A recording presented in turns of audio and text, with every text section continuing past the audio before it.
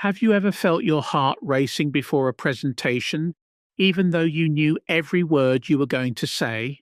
Have you ever found yourself unable to sleep, your mind spinning with worries about tomorrow's tasks while your body begs for rest?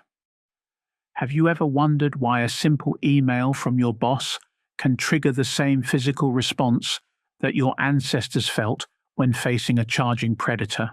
You are not broken. You are not weak. You are experiencing something far more ancient and powerful than you realize. What you feel in those moments is not merely nervousness or anxiety. It is the awakening of a primordial force that has shaped human survival for millions of years.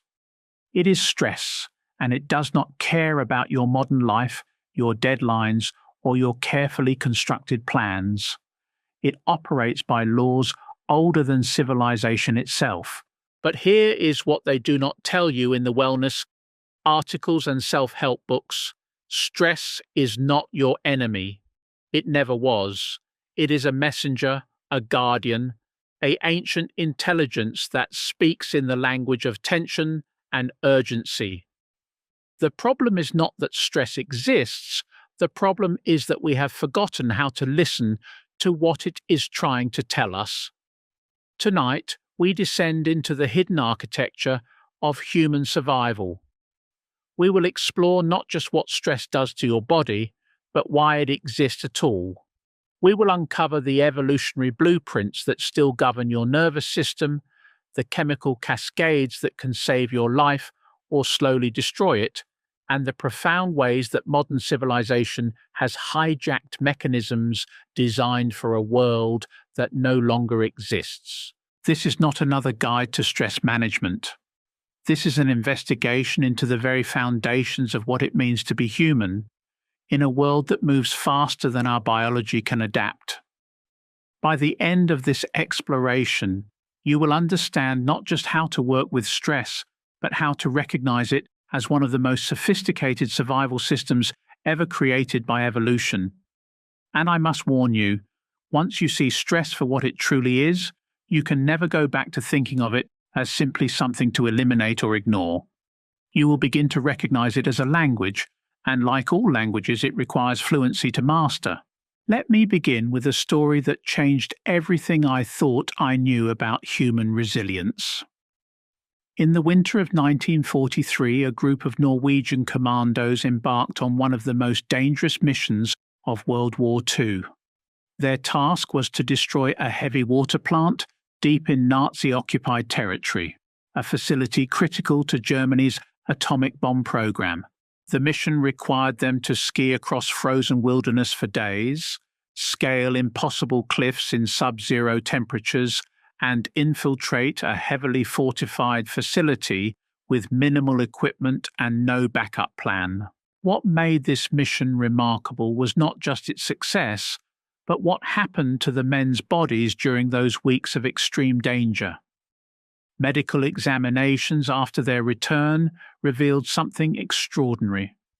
Despite facing life-threatening stress for weeks on end, these men showed no signs of the physical deterioration we associate with chronic stress today. Their immune systems were robust, their cognitive function sharp, their physical stamina enhanced rather than depleted. How is this possible? How can the same biological system that helps us survive extreme danger also be responsible for the epidemic of stress-related illness plaguing modern society? The answer lies in understanding that stress was never designed for the world we have created.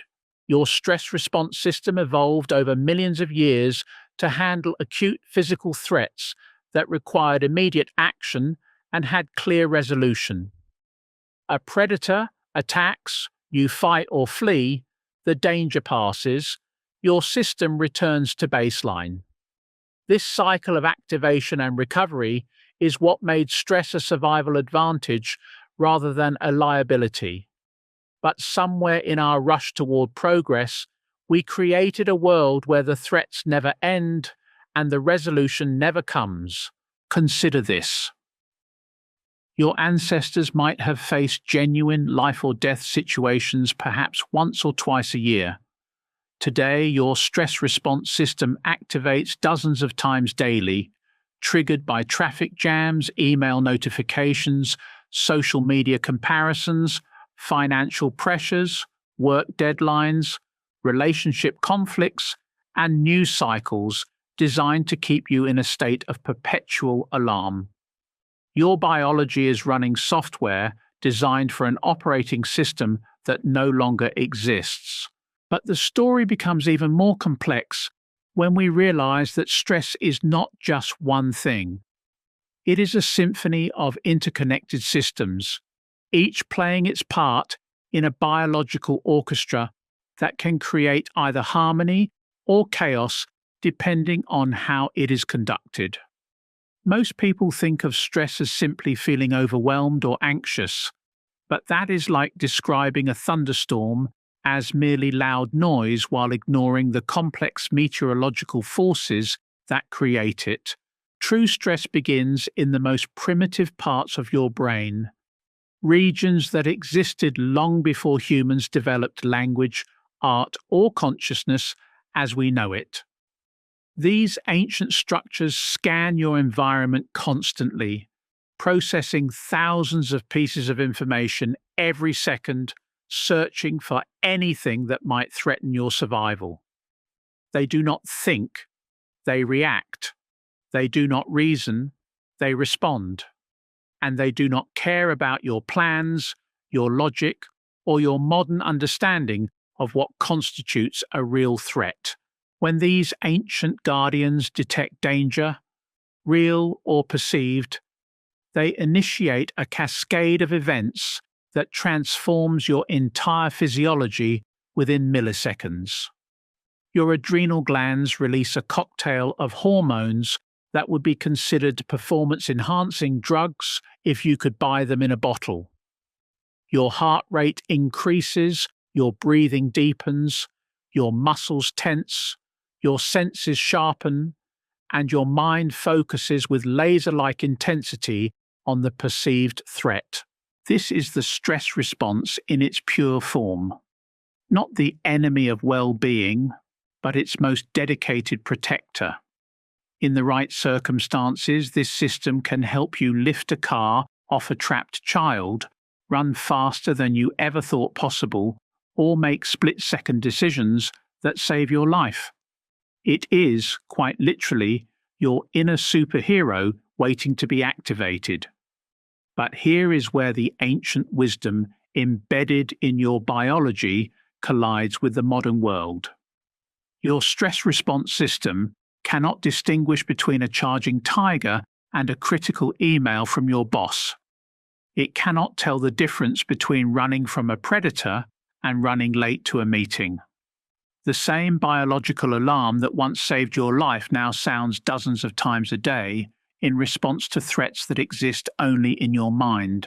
And this is where we encounter the great paradox of modern stress. The very system designed to protect you has become one of the greatest threats to your health, your relationships, and your peace of mind.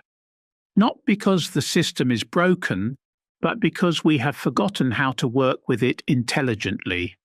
Think of stress as a fire. In the right context, contained, controlled, purposeful, fire is one of humanity's greatest tools. It provides warmth, cooks food, powers engines, and lights the darkness.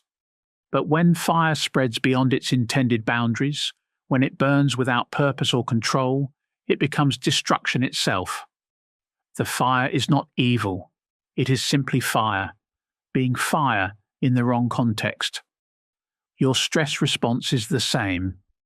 When activated appropriately and allowed to complete its natural cycle, it enhances every aspect of your performance and well-being. When chronically activated without resolution, it becomes a slow-burning fire that consumes your health from the inside out. But most people never learn this distinction. They experience stress as an undifferentiated mass of uncomfortable sensations and emotional turmoil, never recognizing the sophisticated intelligence operating beneath the surface. They try to eliminate stress entirely, not realizing that doing so would be like trying to eliminate their immune system or their ability to feel pain, removing a crucial component of their survival machinery. The truth is far more nuanced and far more empowering. You do not need to eliminate stress. You need to understand it, work with it, and learn to direct its considerable power toward purposes that serve your highest good rather than your deepest fears.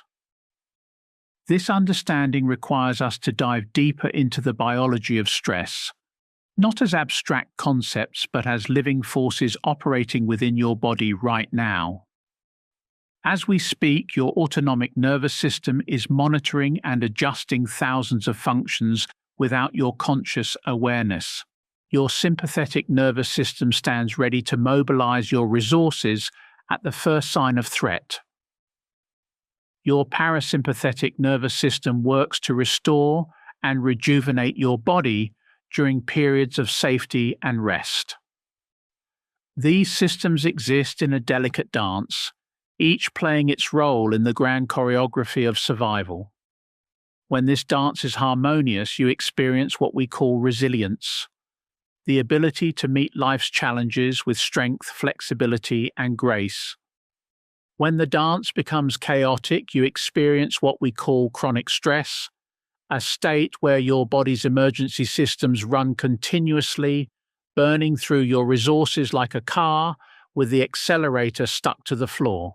Understanding this dance, learning to recognize its rhythms and influence its patterns is perhaps one of the most important skills you can develop in the modern world. Because once you understand how stress really works, not as an enemy to be defeated, but as a sophisticated system to be mastered, everything changes. You begin to recognize the early warning signs before stress overwhelms your system. You learn to distinguish between productive stress that enhances your performance and destructive stress that depletes your resources.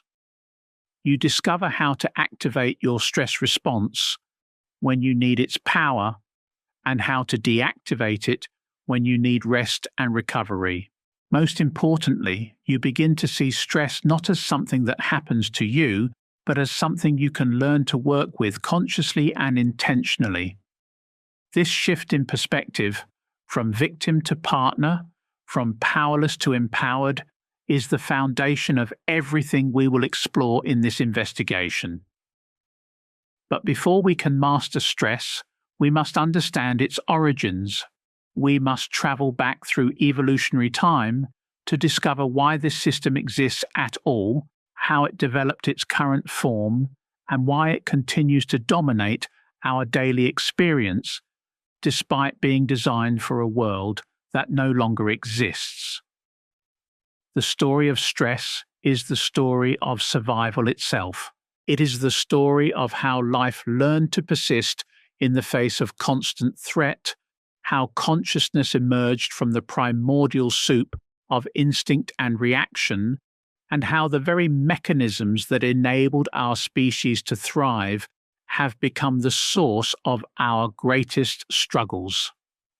This journey will take us through the labyrinth of your nervous system, into the chemical factories of your endocrine system, and deep into the evolutionary archives encoded in your DNA. We will discover why your body responds to modern challenges with Stone Age solutions, why your mind often feels like it is at war with itself, and why the path to mastery requires not the elimination of stress, but its integration. The first humans who survived to pass on their genes were not the strongest or the fastest. They were the most sensitive to danger. They were the ones whose nervous systems could detect the rustle of leaves that meant predator, the shift in wind that signaled storm, the subtle changes in their companions that warned of betrayal or illness. Your ancestors were the paranoid ones, the hypervigilant ones, the ones who startled at shadows and lived to see another day. This is why your stress response errs on the side of caution. This is why your body treats a deadline like a death sentence, why your nervous system cannot distinguish between social rejection and physical abandonment, why your heart pounds when you check your bank account as if you were being stalked by something with teeth and claws.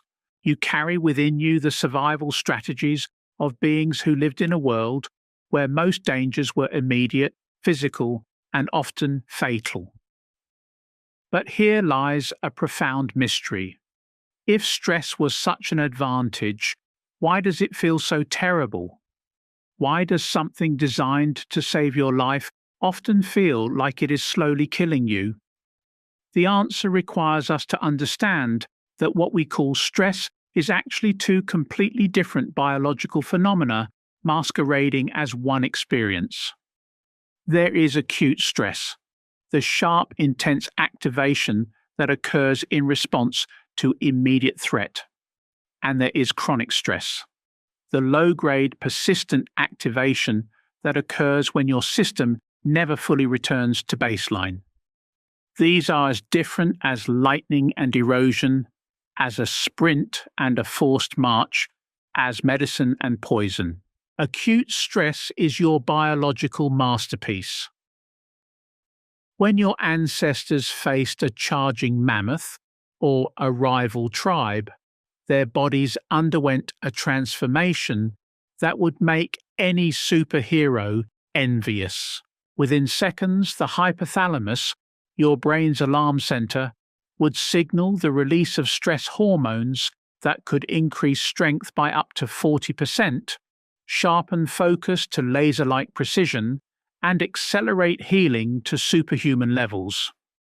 Time would slow down, irrelevant sensations would fade away, and every resource in the body would be mobilized for one purpose: survival. This system was so effective that it shaped the very architecture of human civilization. The same stress response that helped your ancestors escape predators also enabled them to hunt successfully, defend their communities, and push through the physical demands of survival in a hostile world. The warriors, the hunters, the leaders who could harness this power most effectively became the ones whose genetic legacy survived. But evolution could not have predicted the world we would create. Your stress response system evolved in an environment where threats were concrete, immediate, and usually resolved within minutes or hours.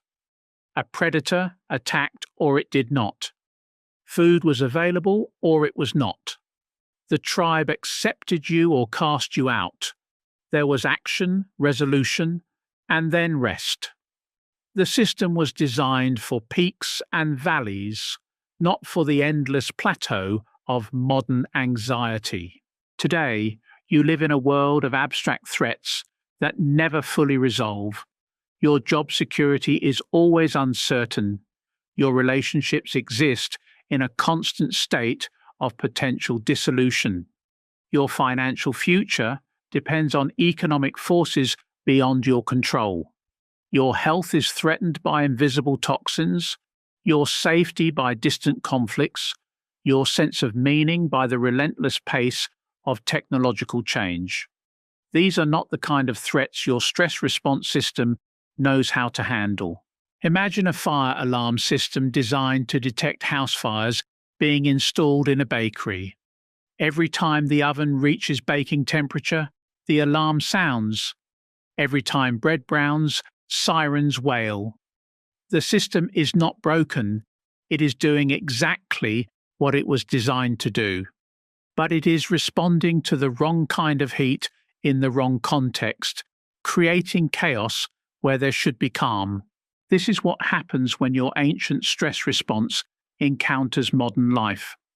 The system that once saved your ancestors now sounds false alarms dozens of times daily, flooding your body with emergency hormones in response to situations that require thought, not flight.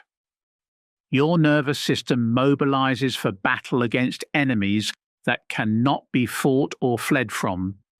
Deadlines, mortgages, social media notifications, climate change, political uncertainty, and here we encounter the most insidious aspect of chronic stress. It hijacks your perception of reality itself. When your stress response system is chronically activated, it begins to interpret neutral events as threatening, ambiguous situations as dangerous, and minor setbacks as catastrophic failures. This is not paranoia or weakness. This is your survival system doing what it evolved to do, scanning for threats and finding them everywhere because it has been told that danger is constant. Your stressed nervous system becomes like a security guard who has been on high alert for so long that every visitor looks like an intruder, every sound seems suspicious, every shadow appears to hide a threat. The guard is not incompetent. The guard is exhausted, overwhelmed, and operating from a place of chronic hypervigilance that distorts perception and judgment. This distortion affects every aspect of your experience. When your stress response is chronically activated, your digestive system shuts down, because why waste energy digesting food when you might need to run for your life?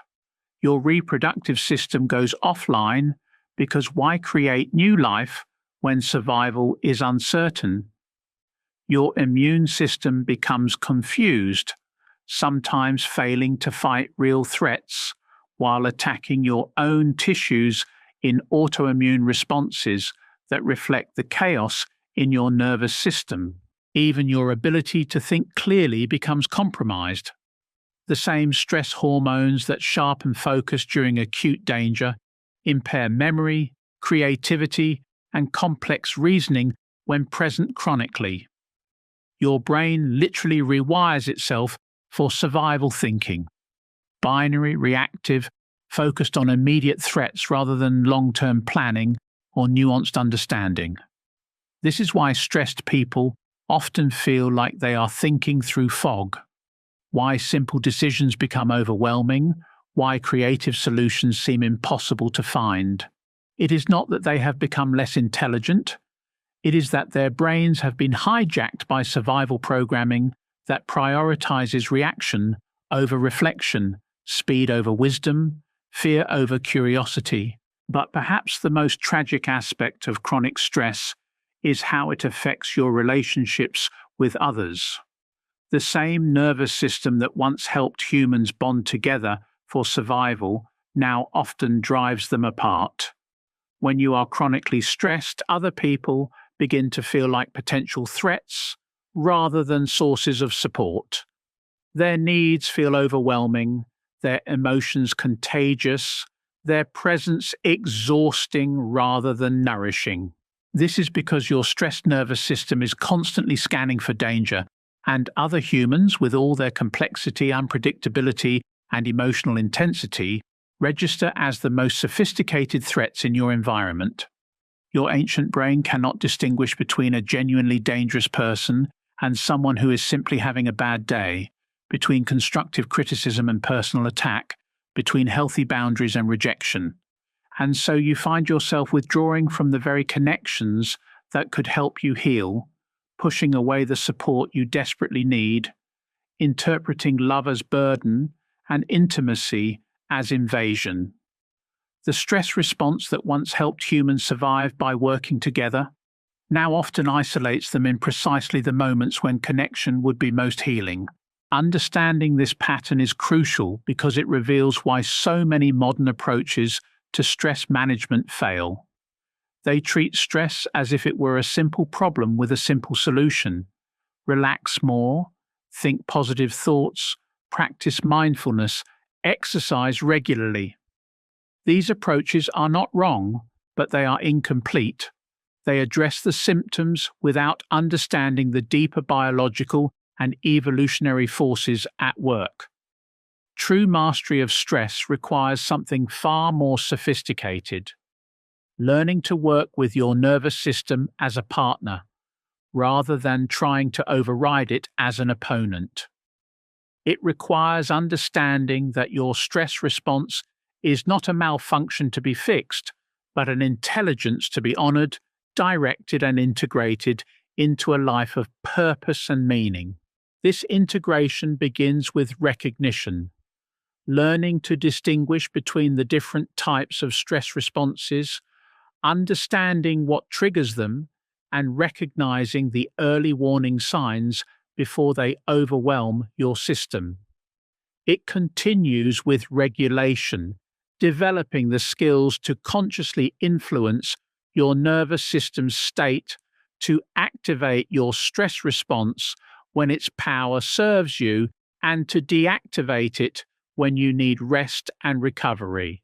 But most importantly, it culminates in transformation, using the energy and intensity of stress as fuel for growth, creativity, and service, rather than allowing it to burn through your resources in endless cycles of reactivity and exhaustion.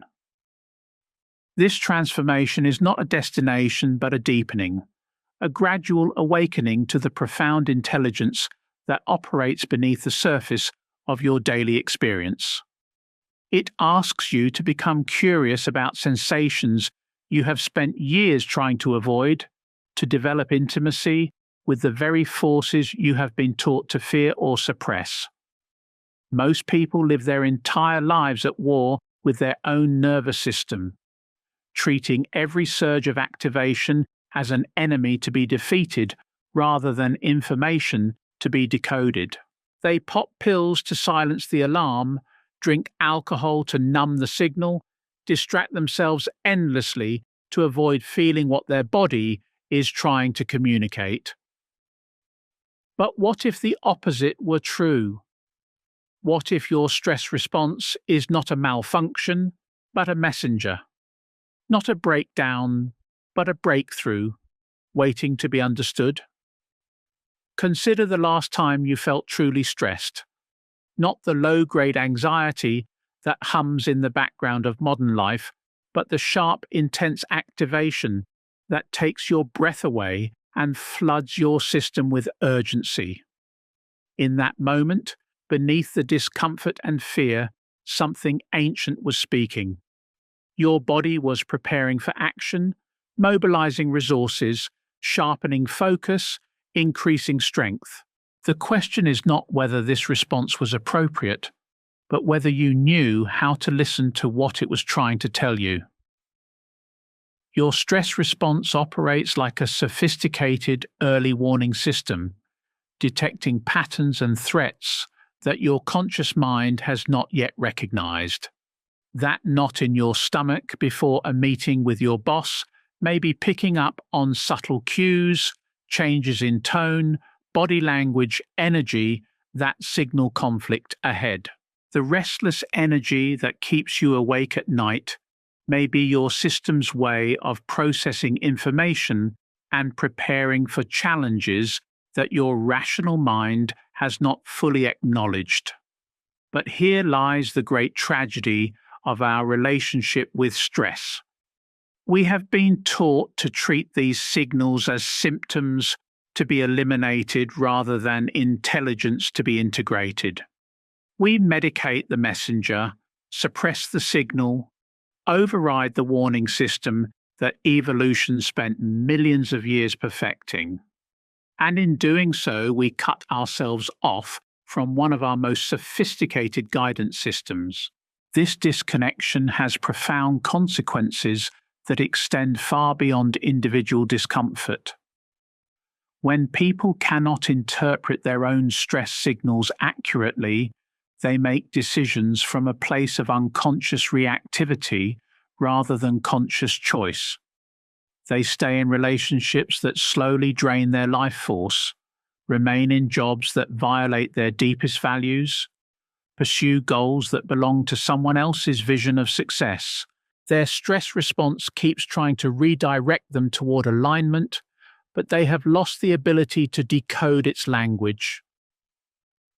The path back to fluency in this ancient tongue requires us to develop what I call stress literacy, the ability to distinguish between different types of activation, to understand what each is trying to communicate, and to respond appropriately rather than reactively.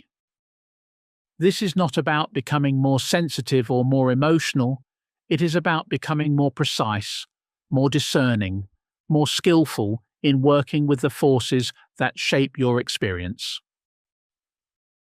True stress literacy begins with understanding that not all stress is created equal.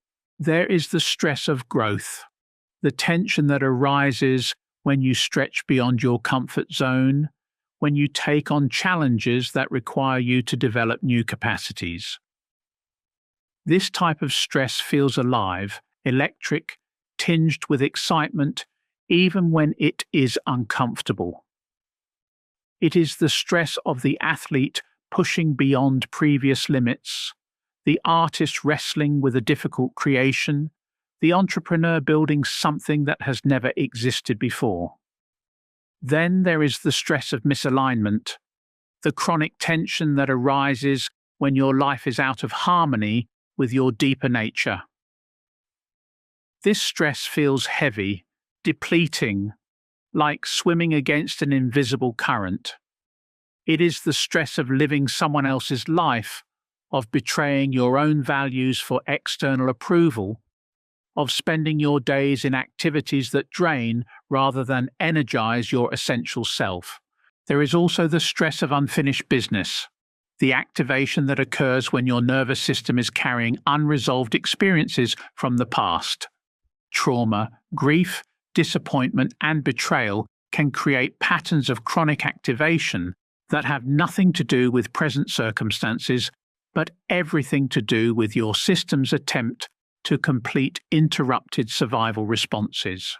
This stress often feels confusing because it seems disproportionate to current events, but it makes perfect sense when understood as your nervous system's attempt to heal old wounds.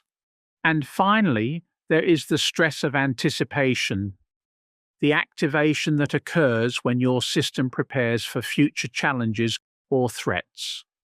This can be productive when it helps you plan and prepare, but it becomes destructive when it spirals into endless worry about scenarios that may never occur. Your nervous system cannot tell the difference between imagining a threat and experiencing one, so chronic worry creates the same physiological damage as chronic danger. Learning to distinguish between these different types of stress is like learning to read the weather patterns of your inner landscape. Each type requires a different response, a different set of skills, a different approach to resolution.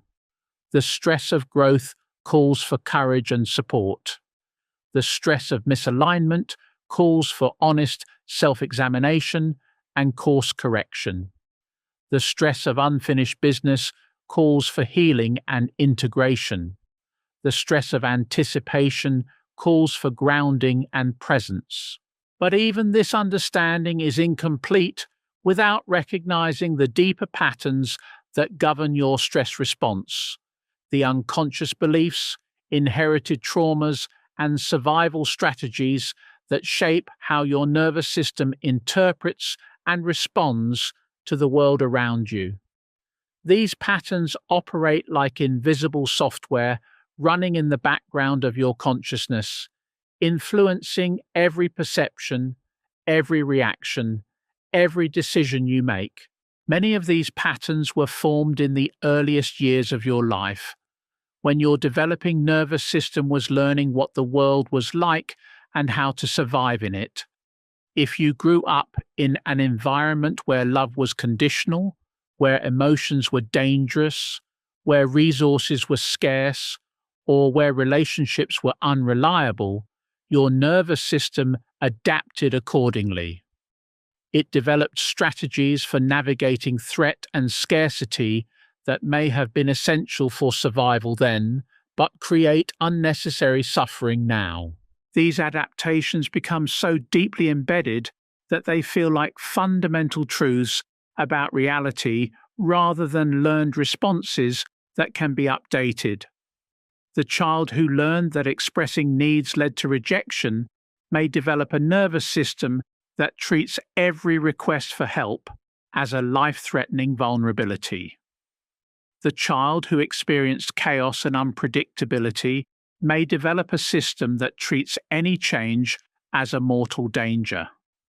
The child who was overwhelmed by others' emotions may develop a system that treats intimacy as invasion.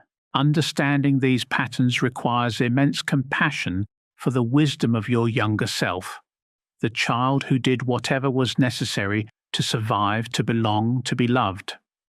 These adaptations were not mistakes. They were intelligent responses to impossible situations.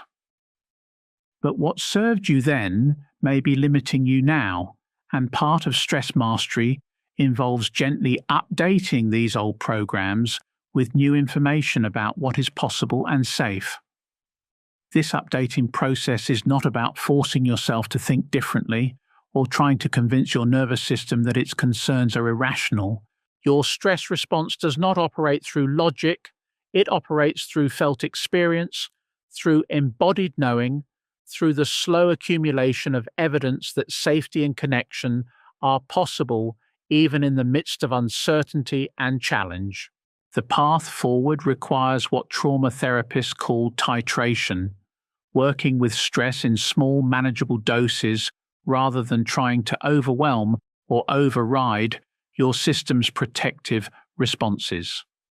It means learning to stay present with activation without being consumed by it, to feel the intensity without losing your center, to honor the wisdom of your nervous system while gradually expanding its capacity to tolerate complexity and nuance. This process unfolds differently for everyone, but it always involves developing what researchers call distress tolerance, the ability to remain functional and conscious even when experiencing intense physical and emotional sensations. This is not about becoming numb or disconnected. It is about developing the strength and flexibility to hold difficult experiences without being overwhelmed by them. Think of it like physical conditioning. A person who has been sedentary cannot suddenly run a marathon without injury. They must gradually build strength, endurance, and resilience through consistent practice. The same is true for your nervous system's capacity to handle stress. You cannot suddenly expose yourself to intense activation and expect to remain regulated. You must gradually build your tolerance through small, successful experiences of challenge and recovery. This conditioning happens naturally when you engage in activities that create what psychologists call eustress, positive stress that enhances rather than depletes your resources. Physical exercise, creative challenges, meaningful work, intimate relationships, and spiritual practices all create temporary activation that strengthens your system's resilience when approached with awareness and intention. But perhaps the most powerful tool for stress mastery is developing what ancient traditions called witness consciousness, the ability to observe your experience without being completely identified with it. This is not dissociation or spiritual bypassing.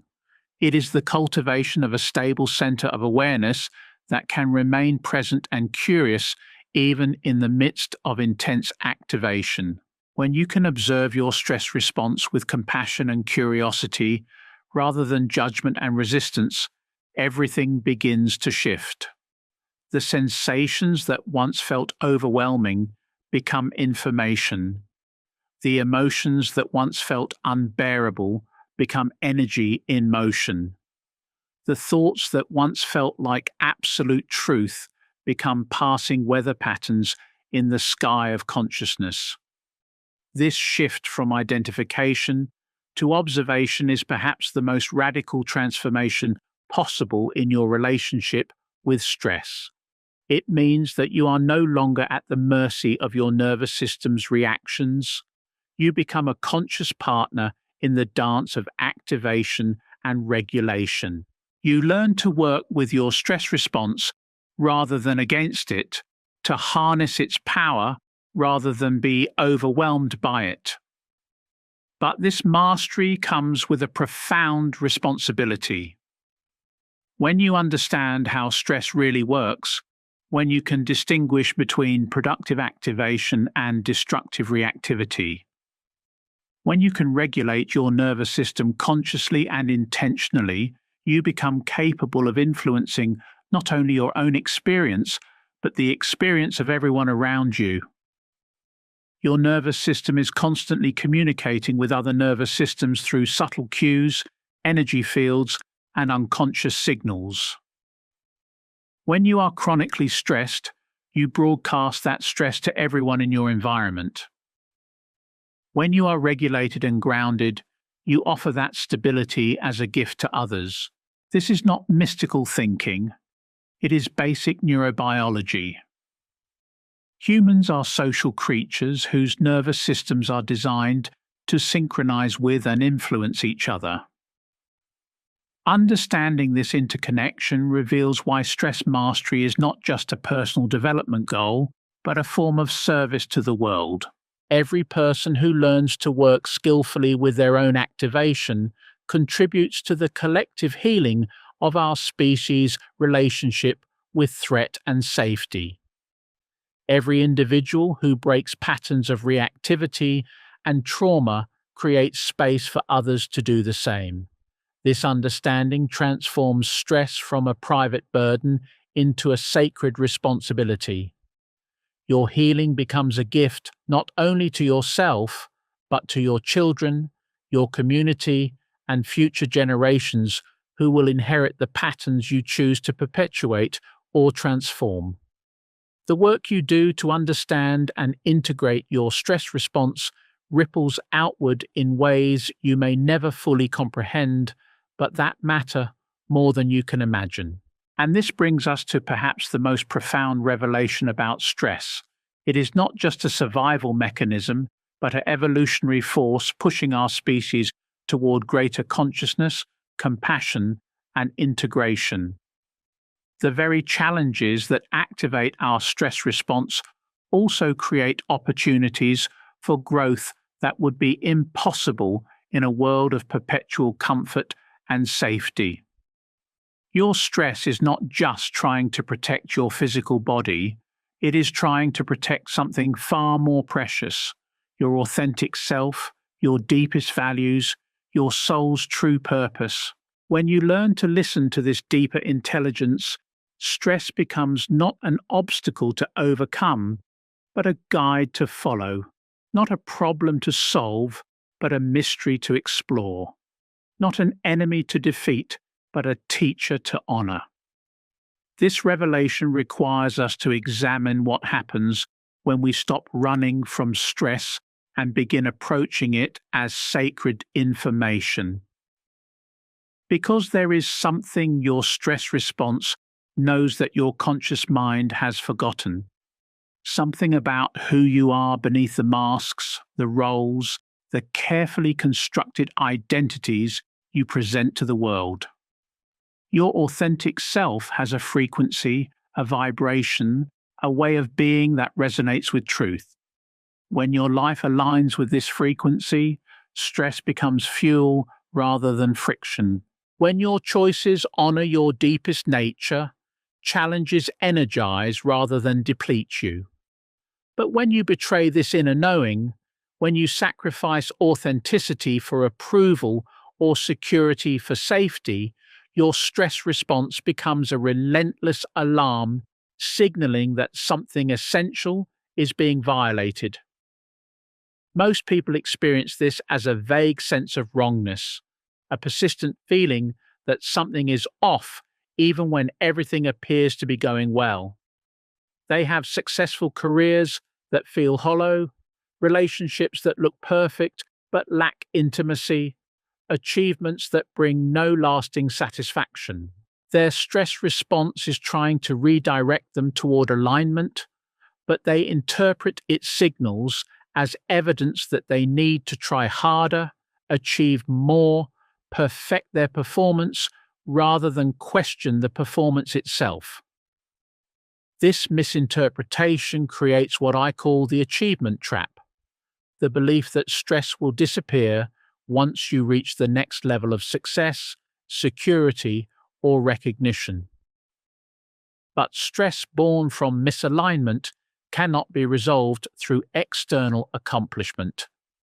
It can only be resolved through the courage to live in harmony with your essential nature, even when that means disappointing others, abandoning familiar patterns, or walking away from investments that no longer serve your growth.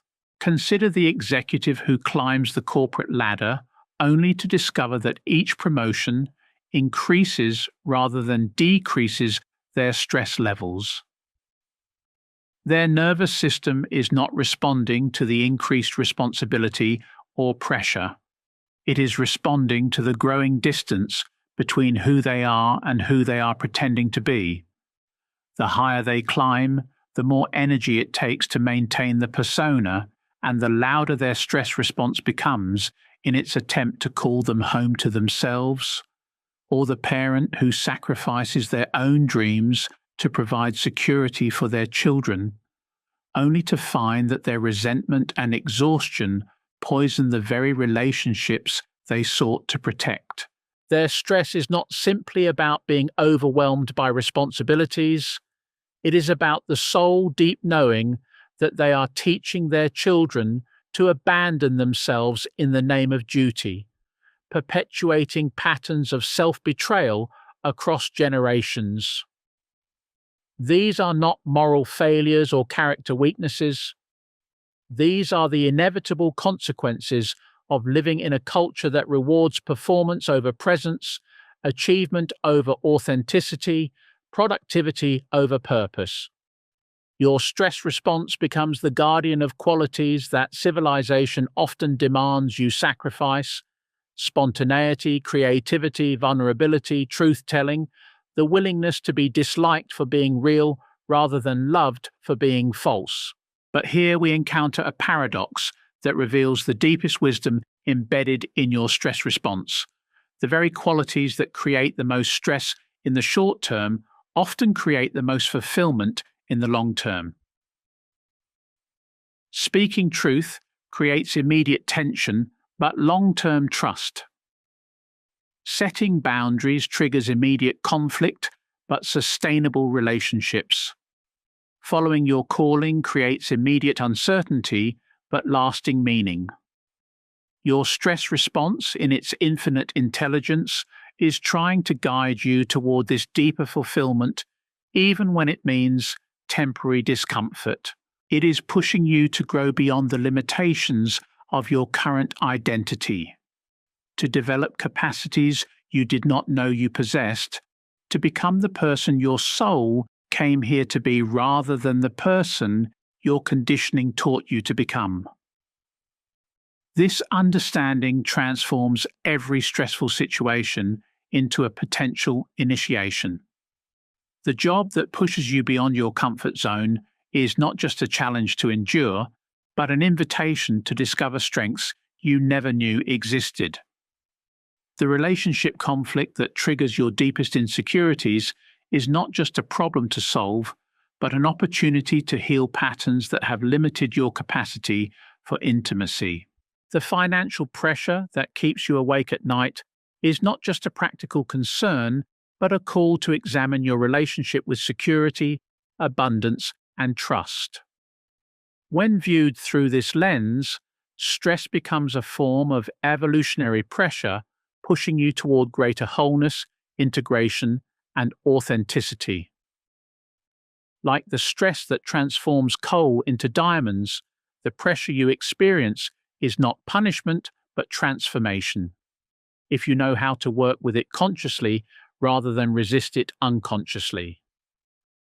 This requires developing what ancient traditions called discernment, the ability to distinguish between stress that serves your evolution and stress that merely perpetuates old patterns. Some stress calls you forward into growth, other stress pulls you backward into familiar forms of suffering.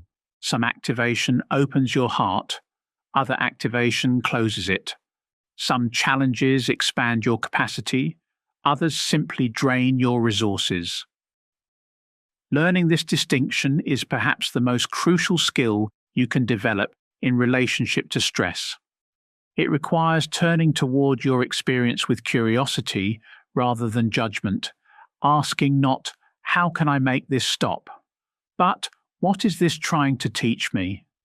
It means developing intimacy with sensations you have spent years avoiding, breathing into spaces you have kept contracted, listening to voices you have silenced in your rush toward comfort and control. This intimacy with your own stress response reveals something profound. Beneath every pattern of chronic activation lies a deeper longing that has been frustrated or denied. The workaholic driven by impossible standards is often longing for unconditional acceptance. The people pleaser exhausted by others' needs is often longing to be seen and valued for who they are rather than what they provide. The perfectionist paralyzed by fear of failure is often longing for permission to be human, flawed, learning. These longings are not weaknesses to overcome, but essential needs to honor. Your stress response becomes chronic, not because you are broken, but because fundamental aspects of your humanity have been exiled in your attempt to meet impossible standards or survive impossible circumstances. The path to healing involves not eliminating these needs, but learning to meet them in healthy, sustainable ways. This meeting requires what psychologists call reparenting, becoming for yourself the kind of presence you needed but may not have received. It means developing an internal voice that offers encouragement rather than criticism, curiosity rather than judgment, compassion rather than contempt. It means learning to hold your own experience with the tenderness you would offer a beloved friend facing the same challenges. But this reparenting cannot happen through positive thinking or affirmations alone. Your nervous system learns through experience, not concepts. It needs to feel safety in your body, experience acceptance in your heart, sense possibility in your imagination. This felt sense of safety and belonging must be cultivated gradually, patiently, with the same dedication you would bring to learning any sophisticated skill. The cultivation happens through what trauma therapists call micro-experiences of safety and connection. Moments when you choose self-compassion over self-criticism. Instances when you honor your needs rather than override them. Times when you speak your truth even when your voice trembles. These small acts of self-loyalty accumulate like drops of water filling a well, gradually shifting your nervous system's baseline from chronic vigilance to sustainable resilience. As this baseline shifts, something remarkable occurs. Stress begins to feel different in your body. Instead of the familiar weight of overwhelm and depletion, you begin to experience stress as aliveness, as energy available for creative action. The same physiological activation that once felt like a threat begins to feel like power waiting to be channeled toward purposes that matter to you. This transformation does not eliminate stress from your life. It transforms your relationship to stress from victim to ally, from burden to resource. You begin to welcome appropriate challenges because you trust your capacity to meet them. You stop avoiding difficult conversations because you know that authentic communication strengthens rather than threatens relationships. You embrace uncertainty because you understand that growth lives in the space between the known and the unknown. Most importantly, you stop trying to control outcomes and start focusing on your response to whatever arises. This shift from external control to internal mastery is perhaps the most liberating discovery possible in relationship to stress. You cannot control what happens to you, but you can develop extraordinary skill in how you meet what happens to you. This mastery reveals itself in the quality of your presence during challenging times. Instead of being swept away by reactivity, you develop the capacity to remain grounded in the midst of chaos. Instead of being overwhelmed by others' emotions, you learn to offer stable witnessing that helps them regulate their own systems. Instead of adding your own stress to difficult situations, you become a source of calm that helps everyone involved access their highest wisdom. This is not about becoming emotionally flat or spiritually bypassing difficult feelings.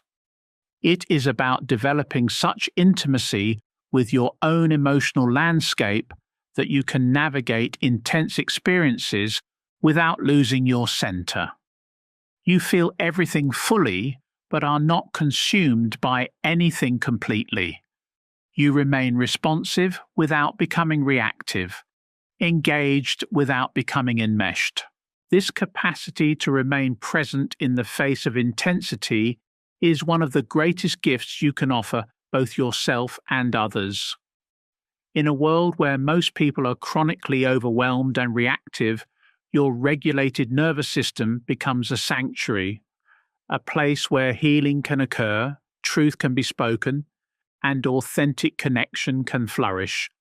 But perhaps the most profound aspect of stress mastery is how it transforms your relationship to time itself.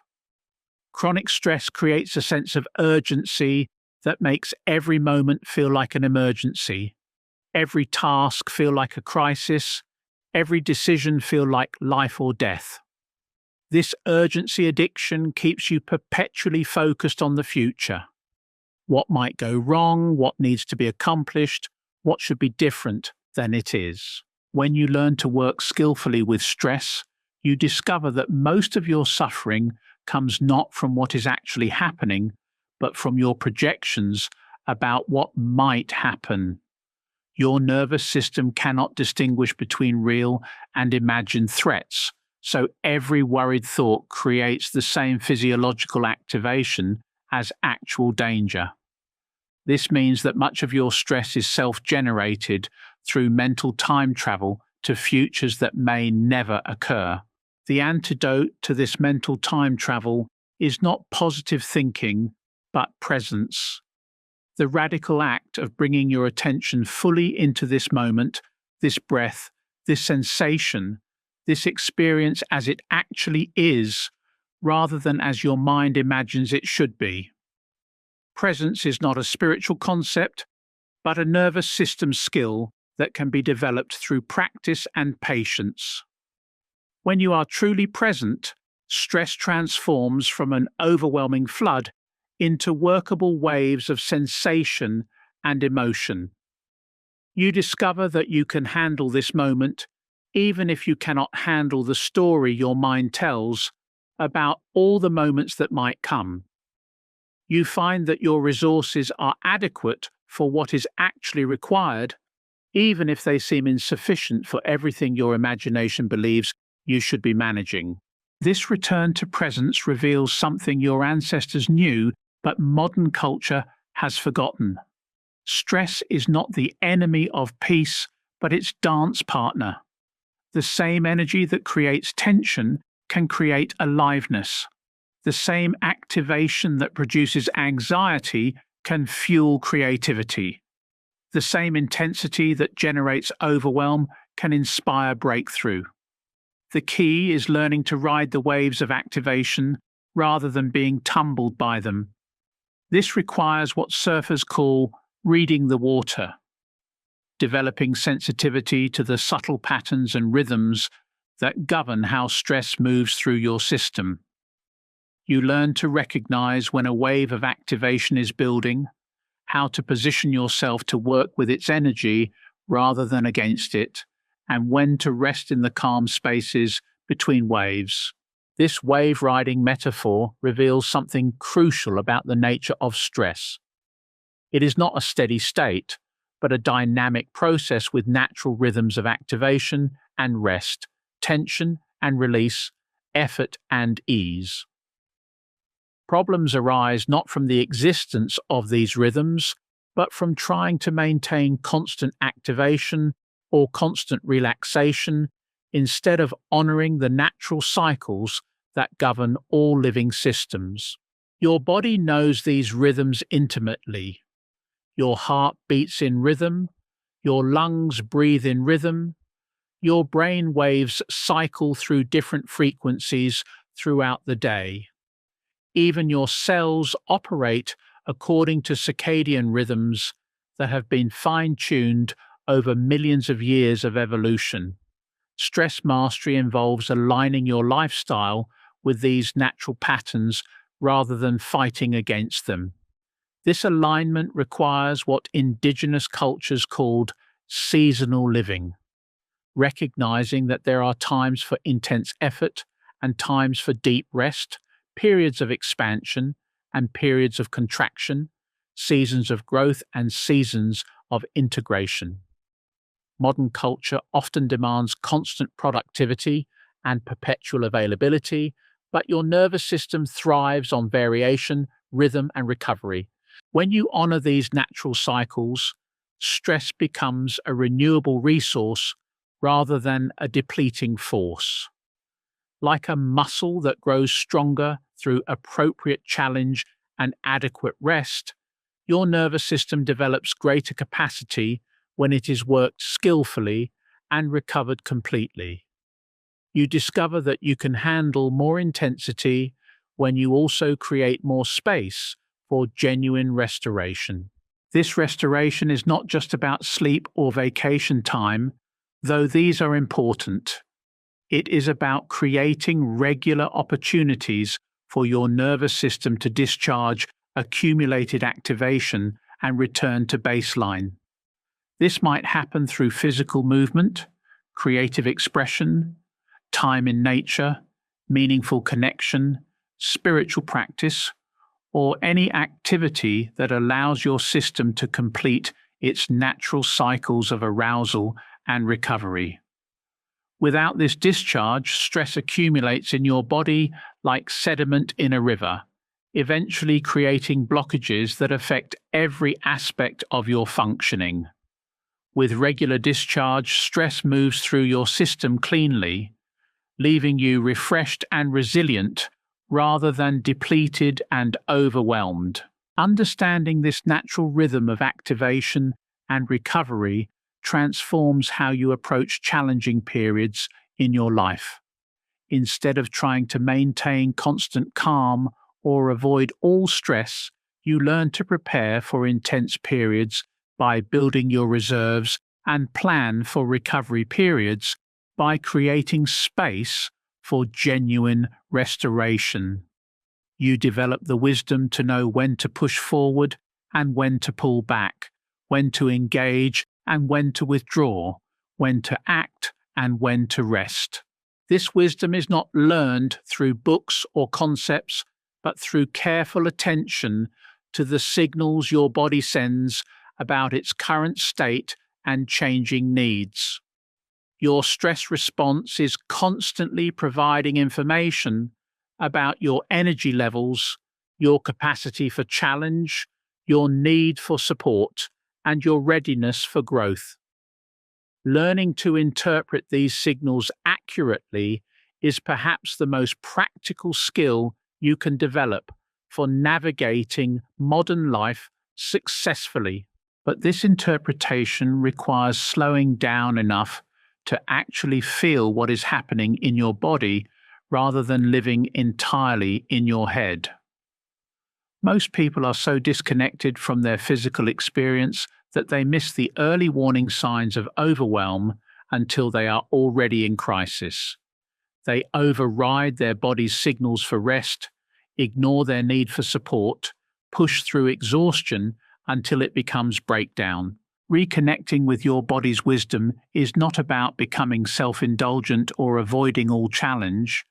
It is about developing the sophistication to distinguish between productive stress that serves your growth and destructive stress that depletes your resources. It is about learning to work with your energy skillfully, rather than burning through it carelessly.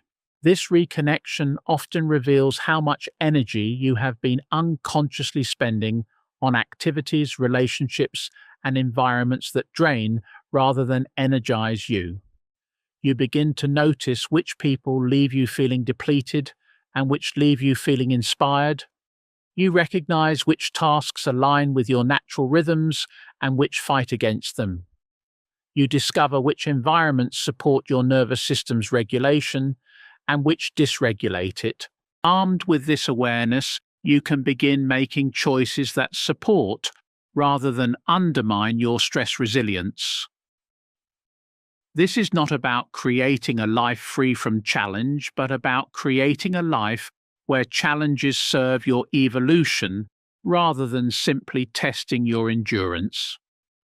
It is about surrounding yourself with people who see and celebrate your authentic self rather than those who need you to remain small to feel comfortable. It is about engaging in work that utilizes your gifts rather than merely demanding your time.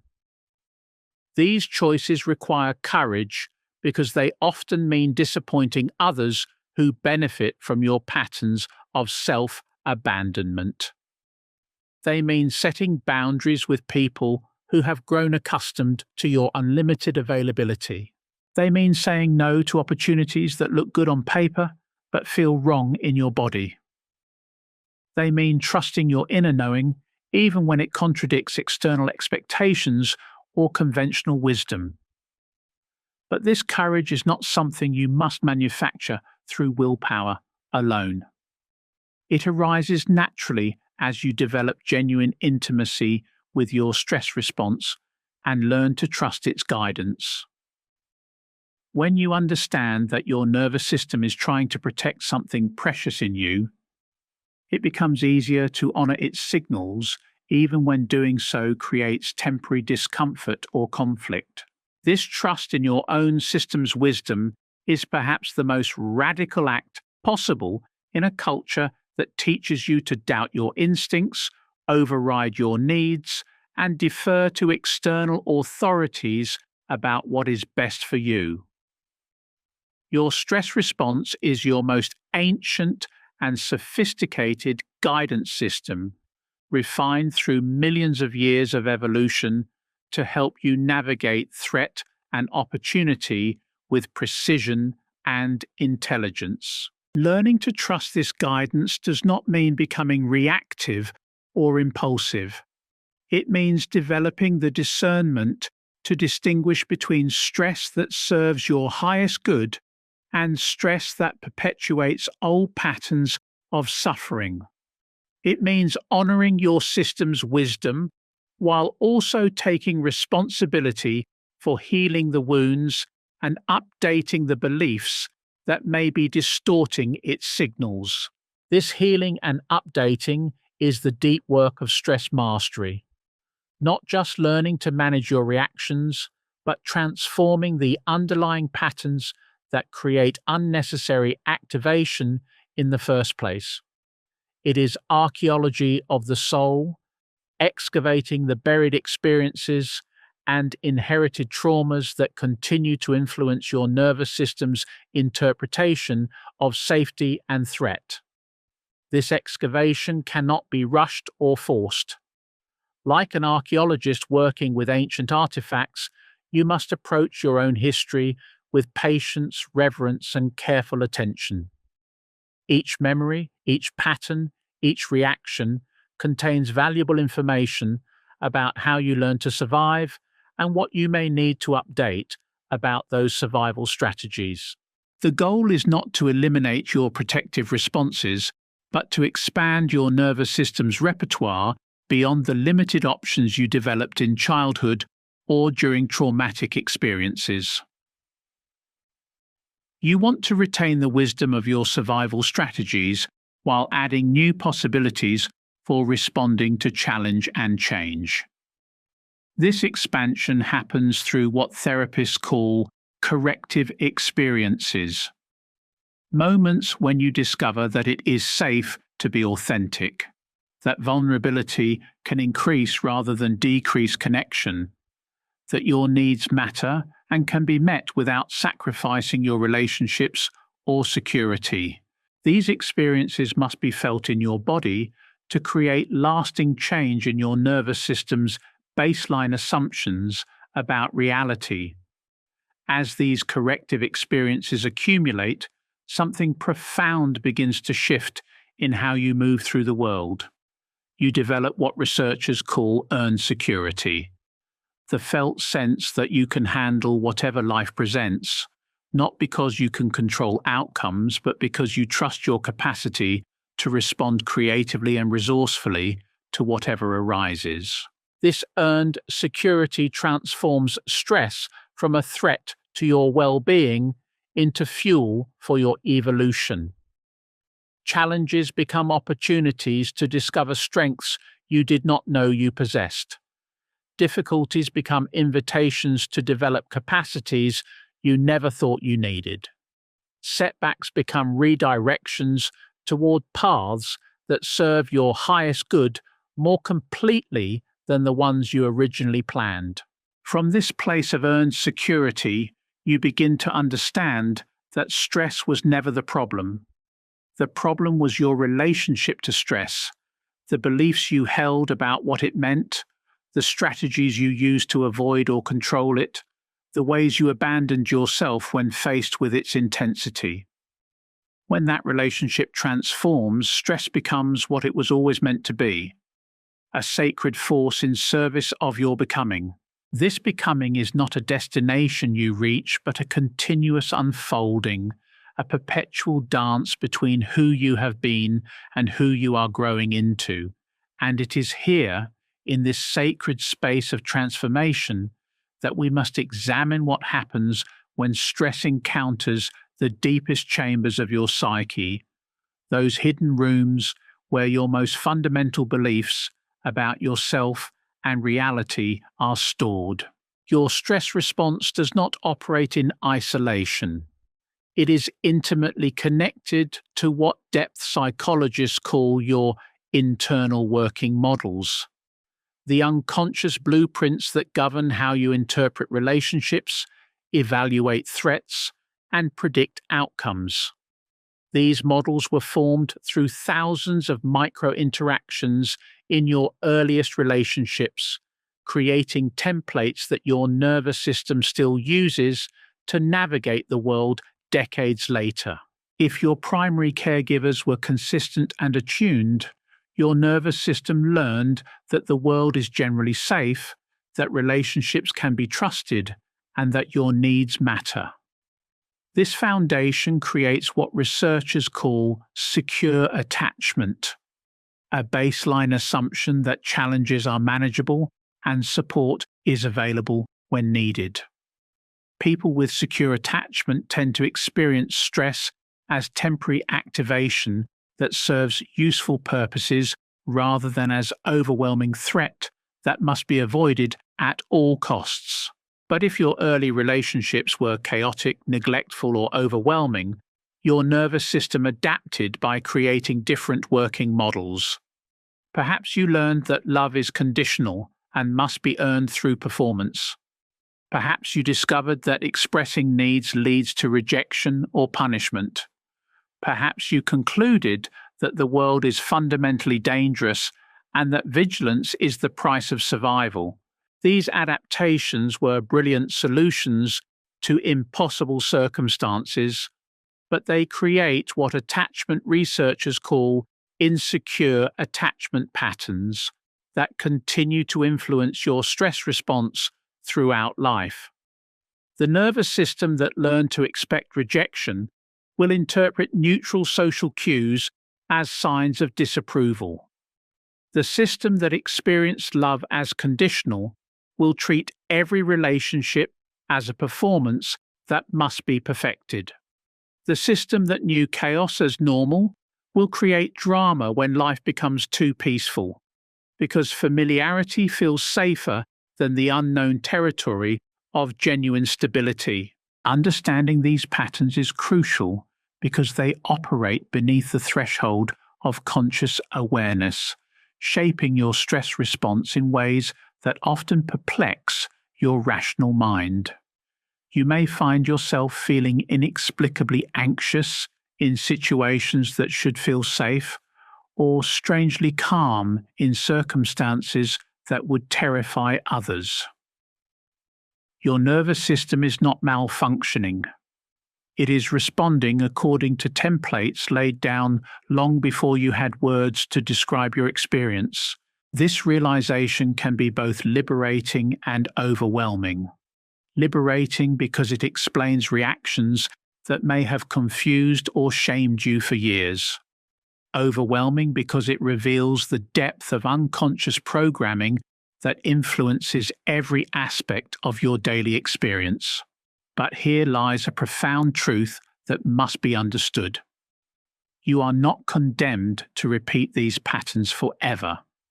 The same plasticity that allowed your nervous system to adapt to early circumstances allows it to adapt to new experiences throughout your life. Neuroplasticity, the brain's ability to reorganize and form new neural pathways, means that even the most deeply ingrained stress patterns can be gradually updated through conscious practice and healing relationships. But this updating requires more than intellectual understanding. It demands embodied experiences that provide your nervous system with new data about what is possible and safe. This is why traditional talk therapy, while valuable, often falls short of creating lasting change in stress patterns. Your nervous system does not learn through words and concepts alone. It learns through felt experience, through the gradual accumulation of moments when safety is experienced rather than simply discussed. This is why trauma-informed therapies focus so heavily on helping clients develop awareness of their bodily sensations and learn to regulate their nervous system states directly. But healing does not require professional intervention alone. Every relationship, every interaction, every moment of conscious choice offers an opportunity to provide your nervous system with new information. When you choose authenticity over people-pleasing, you teach your system that you can be loved for who you are rather than what you provide.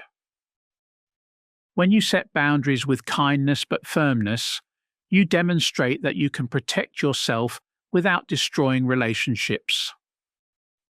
When you ask for support and receive it gracefully, you update old beliefs about self-reliance and independence. These micro-corrections accumulate over time, gradually shifting your nervous system's baseline assumptions about reality. The process is rarely linear or dramatic. It unfolds through subtle changes in how situations feel in your body, small shifts in your automatic reactions, gradual increases in your capacity to remain present during challenging moments. As this foundation of security strengthens, your relationship to stress undergoes a profound transformation. Challenges that once felt overwhelming begin to feel manageable. Uncertainties that once triggered panic begin to feel like adventures. Conflicts that once seemed threatening begin to feel like opportunities for deeper understanding and connection. This transformation reveals something profound about the nature of resilience. It is not the absence of stress, but the presence of resources. Resilient people do not experience fewer challenges. They have developed greater capacity to meet challenges without being overwhelmed by them. They have learned to access internal and external resources that support their nervous system's regulation, even during difficult times. These resources exist on multiple levels.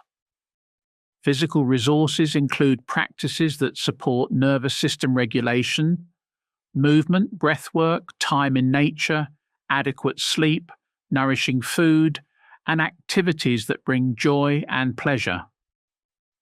Emotional resources include the capacity for self-compassion, the ability to identify and honor your feelings, and skills for communicating authentically about your inner experience. Mental resources encompass the ability to distinguish between thoughts and reality, to question limiting beliefs, and to maintain perspective during challenging times. Social resources involve relationships with people who see and support your authentic self, communities that share your values, and professional support when needed. Spiritual resources might include practices that connect you to something larger than yourself, beliefs that provide meaning and purpose, and experiences of transcendence that remind you of your essential worth. Building these resources requires intentional cultivation over time.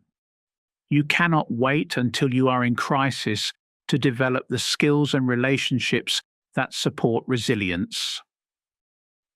Like a gardener who prepares soil and plants seeds long before harvest time, you must invest in your stress resilience during calm periods so that resources are available when storms arise. This investment is not selfish or indulgent. It is essential for your capacity to contribute meaningfully to the world around you. When your own nervous system is regulated and resourced, you become capable of offering genuine support to others without depleting yourself. When you have done your own healing work, you stop unconsciously passing trauma patterns to the next generation. When you have learned to work skillfully with stress, you become a stabilizing presence in chaotic environments. But perhaps most importantly, when you understand stress as information rather than enemy, you develop the discernment to distinguish between situations that require action and those that require acceptance. Not every stress signal demands immediate response. Some are simply your system's way of processing information or preparing for possibilities that may never materialize. Learning to sit with activation without immediately acting on it is one of the most valuable skills you can develop. This capacity for conscious non-reaction creates space for wisdom to emerge. Instead of automatically moving into fight, flight, or freeze responses, you can pause and ask, what is this stress trying to tell me? What information is my nervous system picking up that my conscious mind might be missing? What response would serve my highest good rather than simply reducing immediate discomfort? These questions transform stress from unconscious reactivity into conscious choice. You begin to respond to challenging situations from a place of centered awareness rather than triggered survival patterns. This shift from reaction to response is perhaps the most profound transformation possible in your relationship to stress. Responsibility, the ability to choose your response rather than be driven by automatic reactions, is the foundation of personal freedom. When you are no longer at the mercy of your nervous system's primitive programming, you become capable of creating the life you actually want, rather than simply surviving the life that circumstances seem to impose upon you. This freedom reveals itself in countless small moments throughout your day. The freedom to speak your truth, even when your voice trembles. The freedom to set boundaries, even when others pressure you to comply. The freedom to pursue your dreams, even when fear whispers warnings about failure and rejection. The freedom to love deeply, even when past hurts counsel caution and withdrawal. Each exercise of this freedom strengthens your nervous system's capacity for conscious choice, creating an upward spiral of empowerment and authenticity. As you prove to yourself repeatedly that you can handle the temporary discomfort of growth, your system becomes more willing to support you in taking risks that serve your evolution. This willingness to embrace growth-oriented discomfort is what distinguishes people who thrive from those who merely survive. Thrivers have learned to interpret stress as information and energy rather than as threat and danger. They understand that some discomfort is the price of expansion, that some tension is necessary for transformation, that some uncertainty is the birthplace of possibility. This understanding allows them to lean into challenges that others avoid, to see opportunities where others see only obstacles, to find meaning in experiences that others dismiss as merely difficult. They have developed what psychologists call post-traumatic growth, the capacity to be transformed by adversity rather than simply damaged by it. Post-traumatic growth does not mean that suffering is good or that trauma should be minimized. It means that human beings possess an extraordinary capacity to extract wisdom, strength, and compassion from even the most difficult experiences when they have the resources and support to process them consciously. This capacity for transformation is perhaps the most hopeful aspect of stress research. It suggests that no experience, no matter how painful or overwhelming, is ultimately meaningless if you can learn to work with it skillfully. Every challenge contains seeds of growth. Every crisis offers opportunities for breakthrough. Every breakdown can become a breakthrough if approached with the right resources and perspective.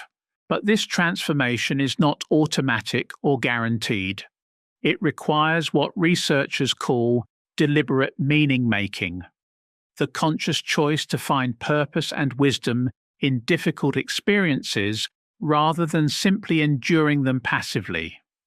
This meaning-making process often involves reframing your story from victim to survivor to thriver, from someone things happen to into someone who responds creatively to whatever arises. This reframing is not about positive thinking or denying the reality of suffering. It is about recognizing your agency even in circumstances you did not choose, your capacity to influence outcomes even when you cannot control them, your power to create meaning even from meaningless events. When you truly understand this power, stress becomes not just manageable, but meaningful. Each challenge becomes an opportunity to practice skills you are developing, to strengthen capacities you are building, to demonstrate values you are embodying. Your life becomes not just a series of problems to solve, but a curriculum for becoming the person your soul came here to be. This curriculum is unique for each person, tailored to their particular gifts, wounds, and purposes. The stress that drives one person toward healing work might drive another toward creative expression, or social activism, or spiritual exploration. The challenges that teach one person about boundaries might teach another about surrender, or courage, or compassion. Understanding your particular curriculum requires deep self-awareness and honest self-examination. What patterns keep repeating in your life? What situations consistently trigger your stress response? What qualities do you admire in others that you might be called to develop in yourself? What would you attempt if you knew you could not fail? These questions point toward the unique ways that stress is trying to serve your evolution. Your nervous system is not just trying to keep you alive, it is trying to guide you toward the fullest expression of your potential. The same energy that creates activation can fuel creation, innovation, and transformation when consciously directed toward purposes that align with your deepest values. This alignment between stress and purpose creates what researchers call eustress, beneficial stress that enhances performance and well-being rather than depleting them. Athletes in flow states, artists in creative frenzies, activists fighting for causes they believe in, parents protecting their children, all experience intense activation that energizes rather than exhausts them because the stress serves something larger than their personal comfort or security. Finding ways to channel your stress response toward meaningful purposes is one of the most powerful strategies for transforming your relationship to activation. When your nervous system understands that intensity serves growth, creativity, love, or service, it begins to interpret stress signals differently. What once felt like threat begins to feel like aliveness. What once felt like overwhelm begins to feel like power waiting to be channeled. This channeling requires developing what ancient traditions called right action, the ability to act from your highest wisdom rather than your most primitive fears. Right action emerges naturally when you are connected to your deeper purposes and values, when your choices serve not just your immediate needs, but your long-term growth and the welfare of those you care about. But right action is not always easy or comfortable. It often requires you to act despite fear, to speak despite trembling, to love despite the risk of loss. It asks you to trust your deeper knowing, even when your surface mind generates countless reasons to choose safety over authenticity, comfort over growth, familiarity over possibility. This trust in your deeper knowing is perhaps the most radical act possible in a culture that encourages you to doubt your instincts, defer to external authorities, and prioritize other people's comfort over your own integrity. Your stress response, when properly understood and skillfully interpreted, is one of your most reliable guides to right action because it responds not just to external circumstances, but to the alignment or misalignment between your choices and your essential nature. When you are living in alignment with your deepest values and purposes, stress becomes fuel for action rather than fuel for anxiety. When you are betraying your essential nature for external rewards or approval, stress becomes a persistent alarm that something precious is being sacrificed.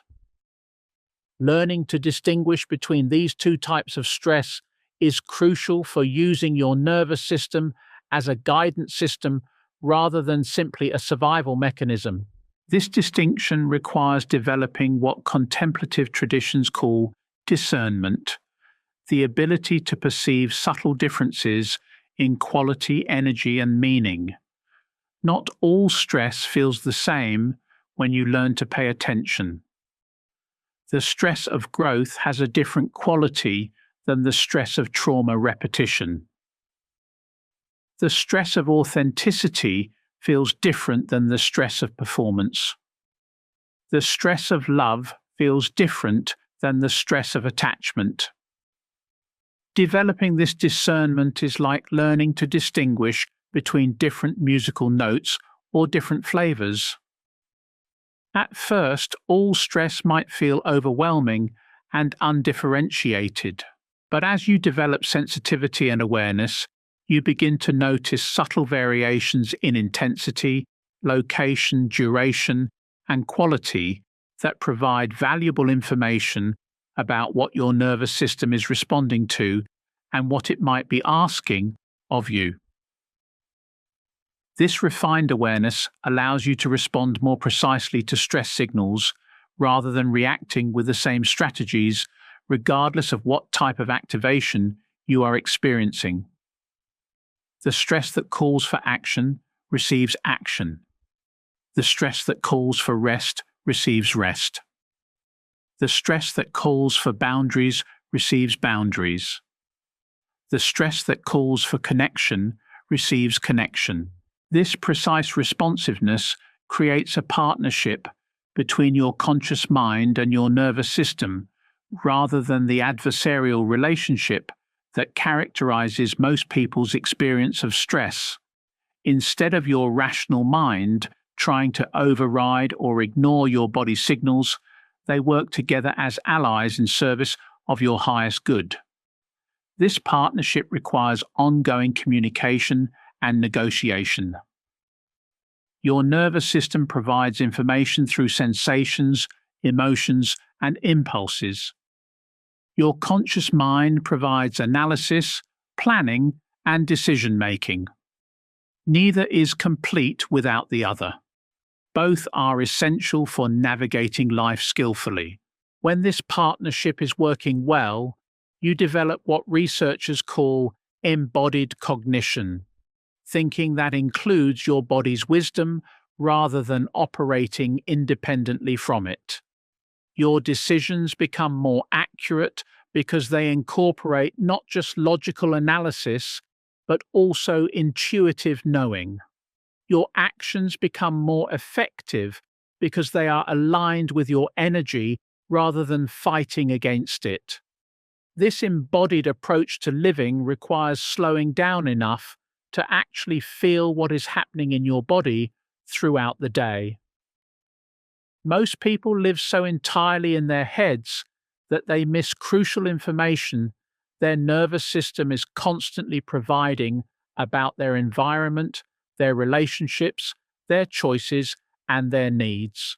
Reconnecting with this bodily intelligence often reveals how much energy you have been unconsciously spending on activities that drain rather than energize you, relationships that deplete rather than nourish you, environments that dysregulate rather than support you.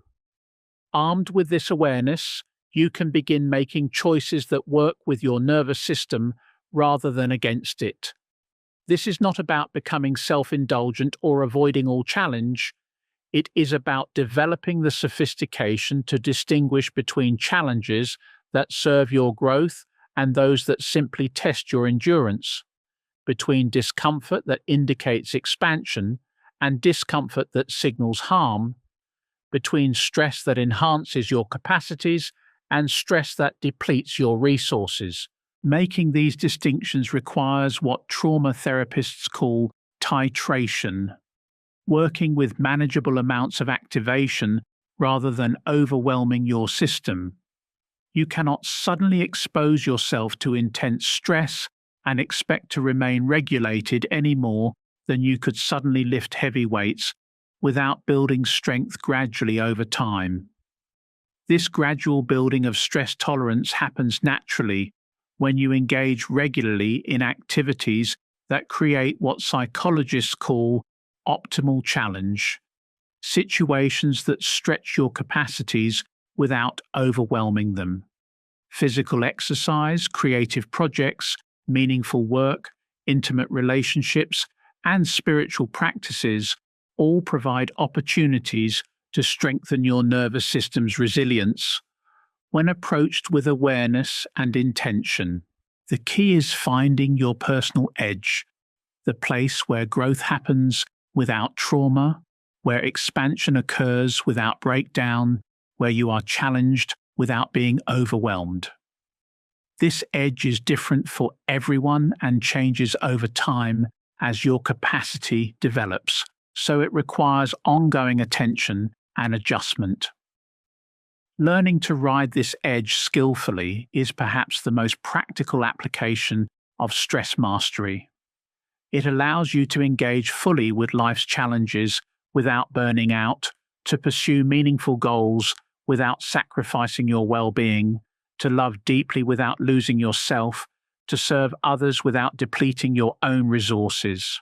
This skillful engagement transforms stress from something that happens to you into something you dance with consciously and intentionally.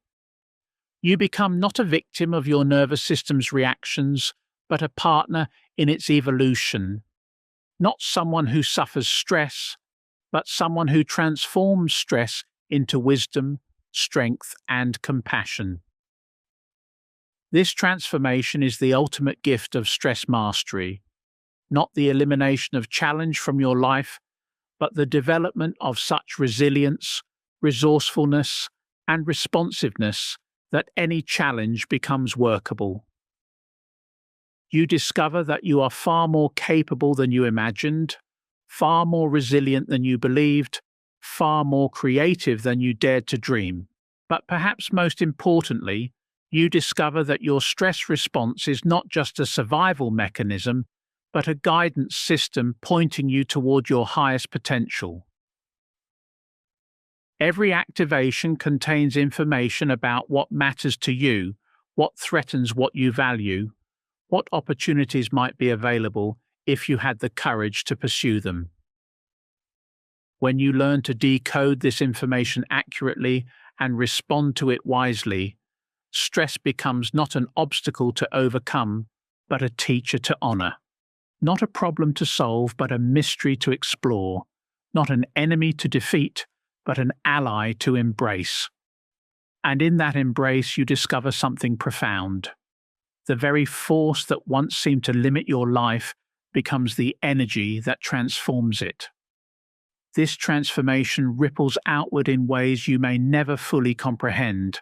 Every person who learns to work skillfully with their stress response contributes to the collective healing of our species' relationship with challenge and change.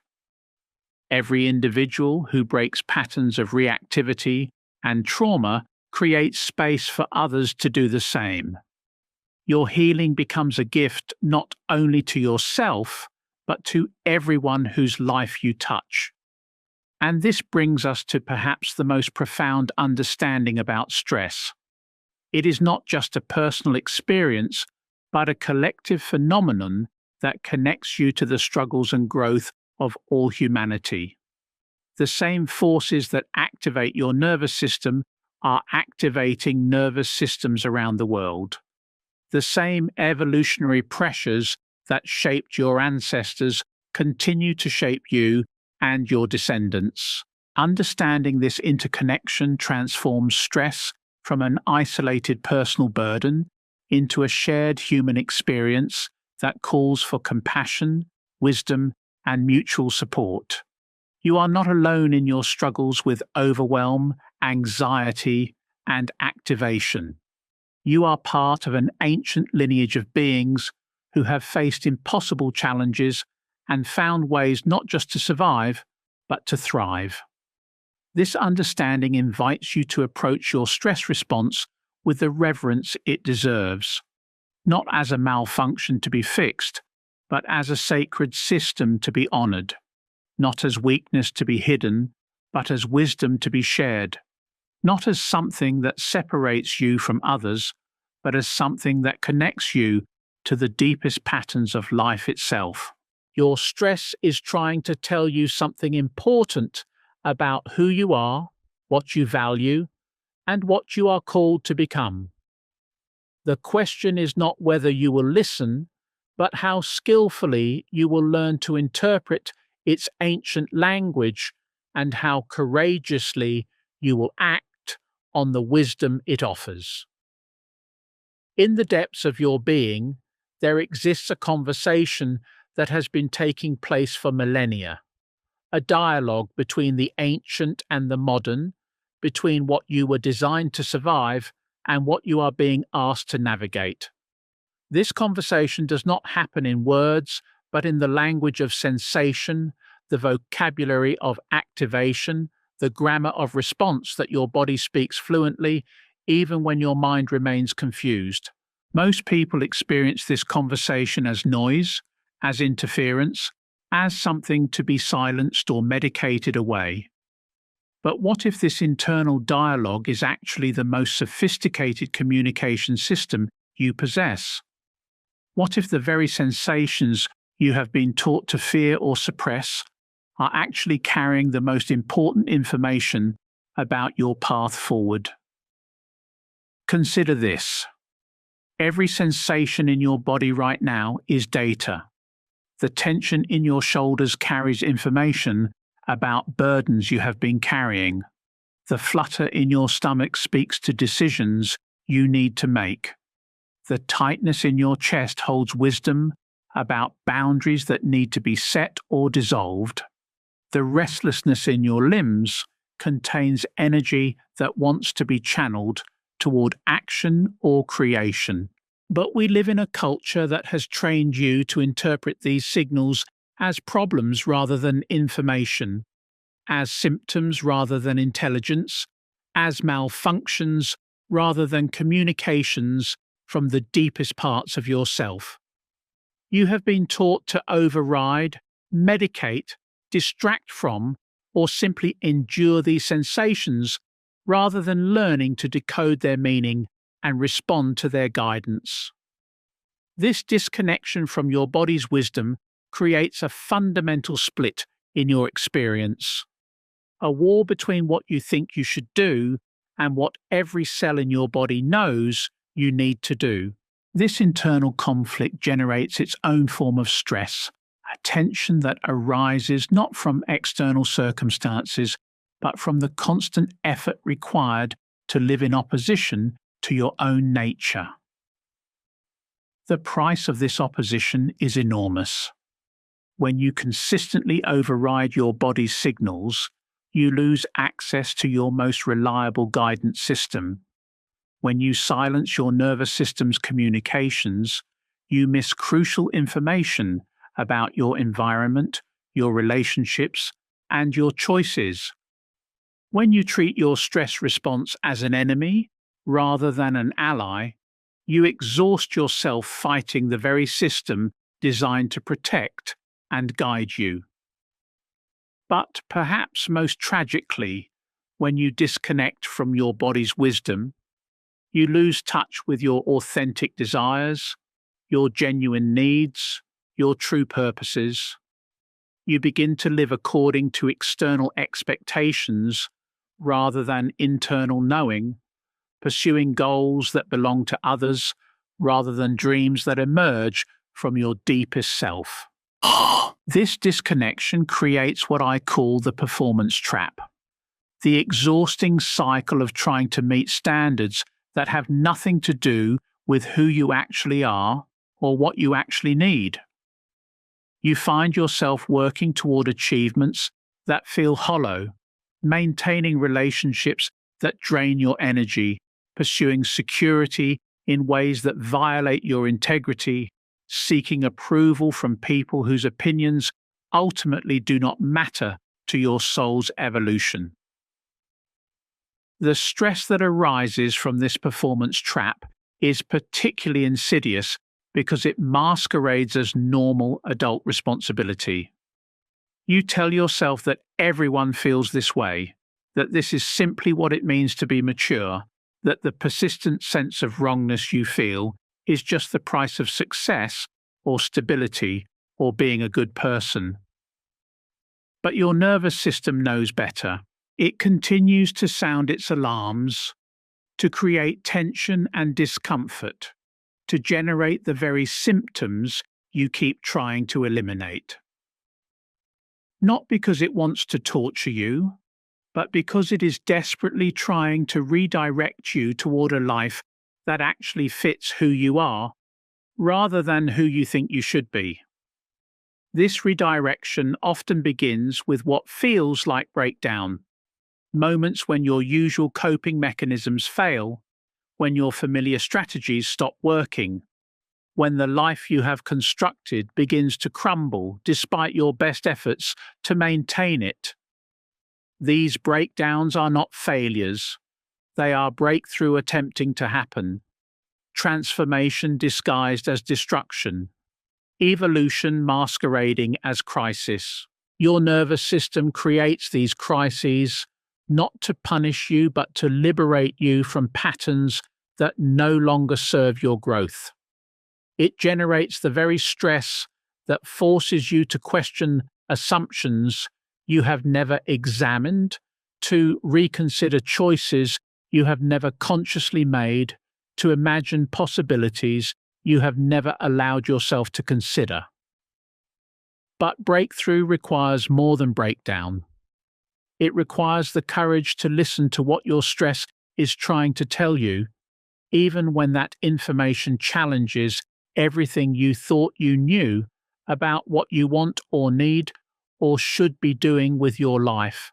It requires the willingness to feel sensations you have spent years avoiding, to sit with emotions you have learned to fear, to breathe into spaces in your body you have kept contracted and defended. This is not comfortable work. Your stress response was designed to keep you safe within familiar patterns, even when those patterns no longer serve your evolution. The unknown feels dangerous to a system that equates survival with predictability, that confuses growth with threat, that cannot distinguish between the temporary discomfort of expansion and the genuine danger of annihilation. Learning to tolerate the discomfort of transformation without collapsing back into familiar forms of suffering is perhaps the most crucial skill you can develop. It requires what ancient traditions called faith, not belief in external authorities or abstract concepts, but trust in your own capacity to navigate uncertainty, to learn from mistakes, to discover resources you did not know you possessed. This faith cannot be manufactured through positive thinking or forced through willpower.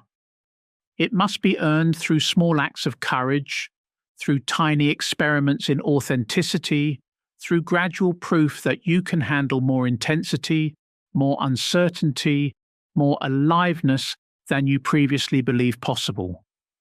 Each time you speak a truth that makes your voice tremble, you teach your nervous system that vulnerability can increase rather than decrease your safety. Each time you set a boundary despite others' disapproval, you demonstrate that you can protect what matters without destroying relationships. Each time you choose growth over comfort, you prove that you can tolerate the temporary instability that precedes every genuine transformation. These micro acts of courage accumulate like drops of water filling a reservoir, gradually shifting your nervous system's baseline from chronic vigilance to sustainable resilience.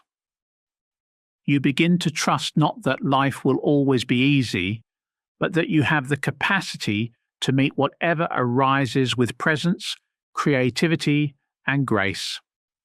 This trust transforms your entire relationship to uncertainty.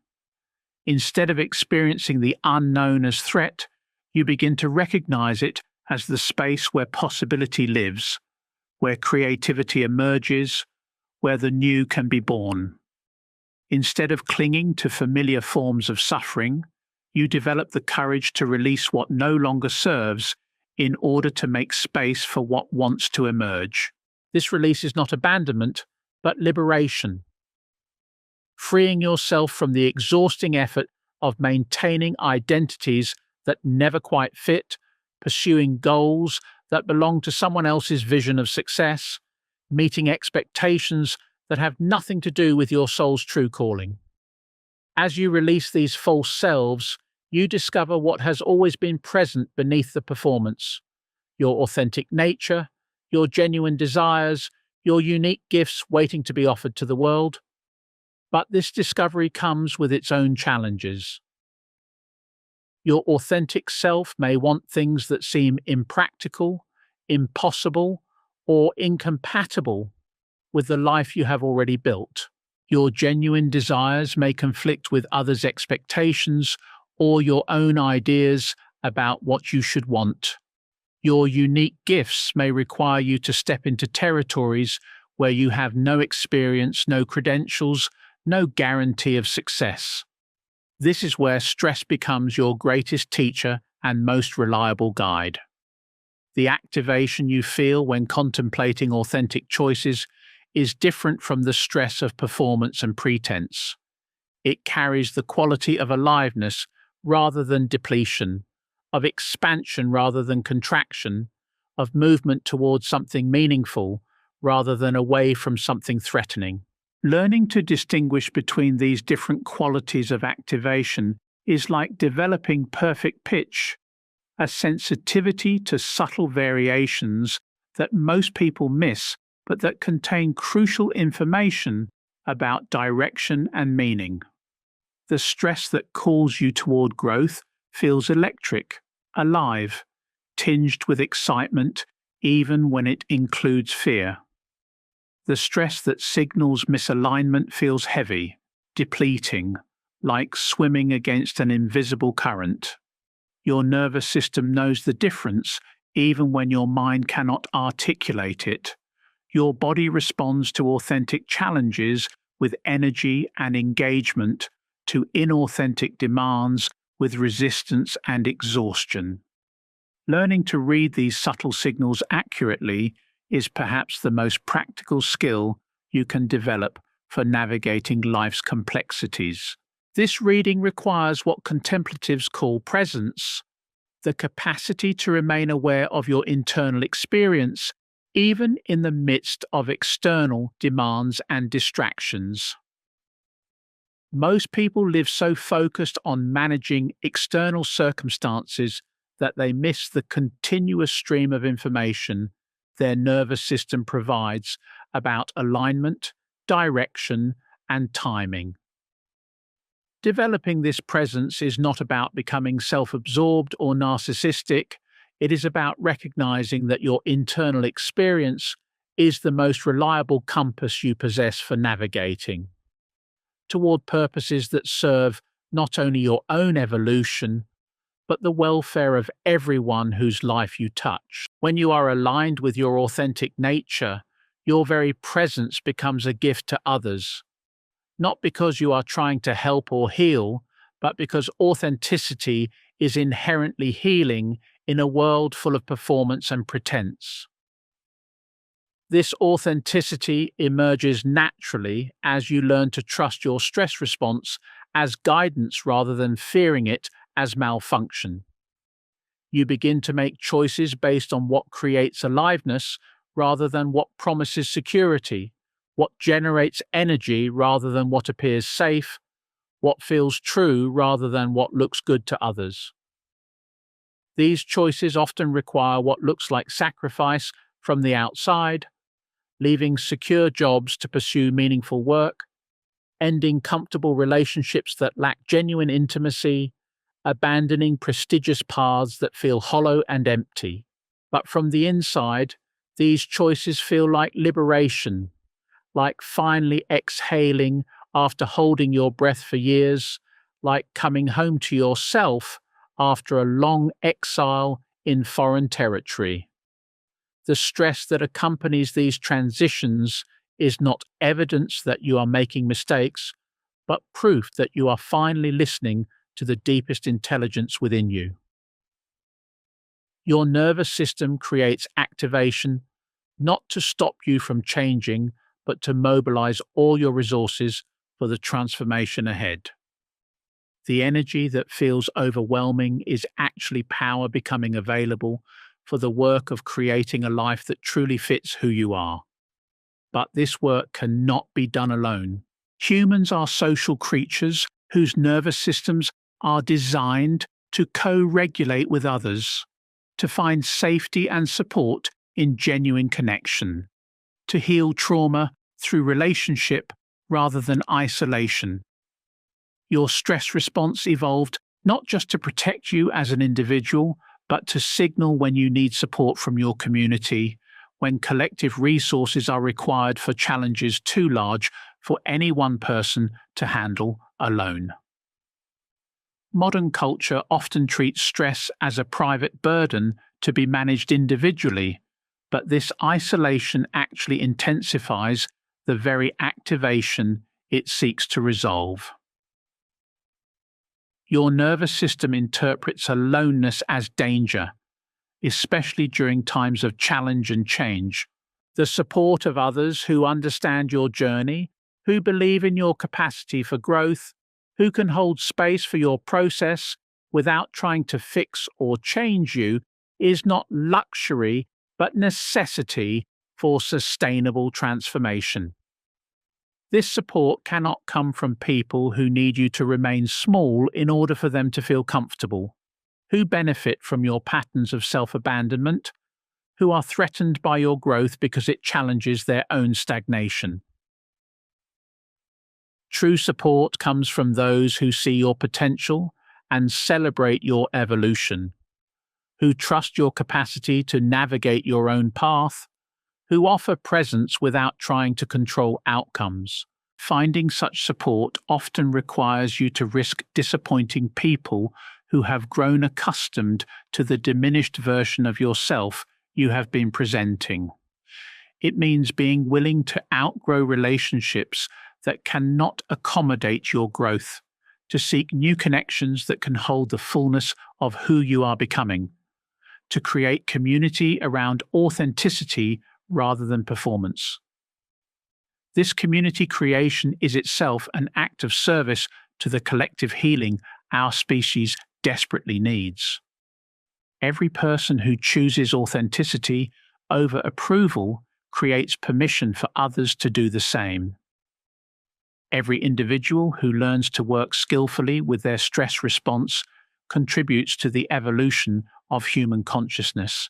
Every soul who breaks free from inherited patterns of trauma and limitation helps heal the ancestral wounds that have been passed down through generations.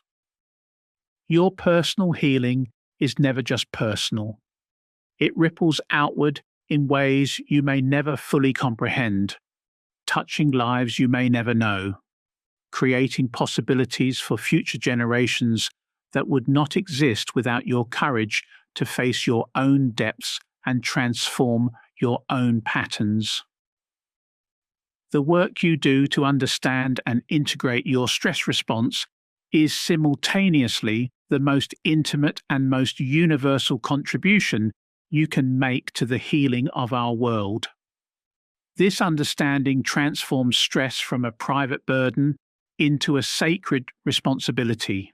Your activation is not just information about your personal needs and directions.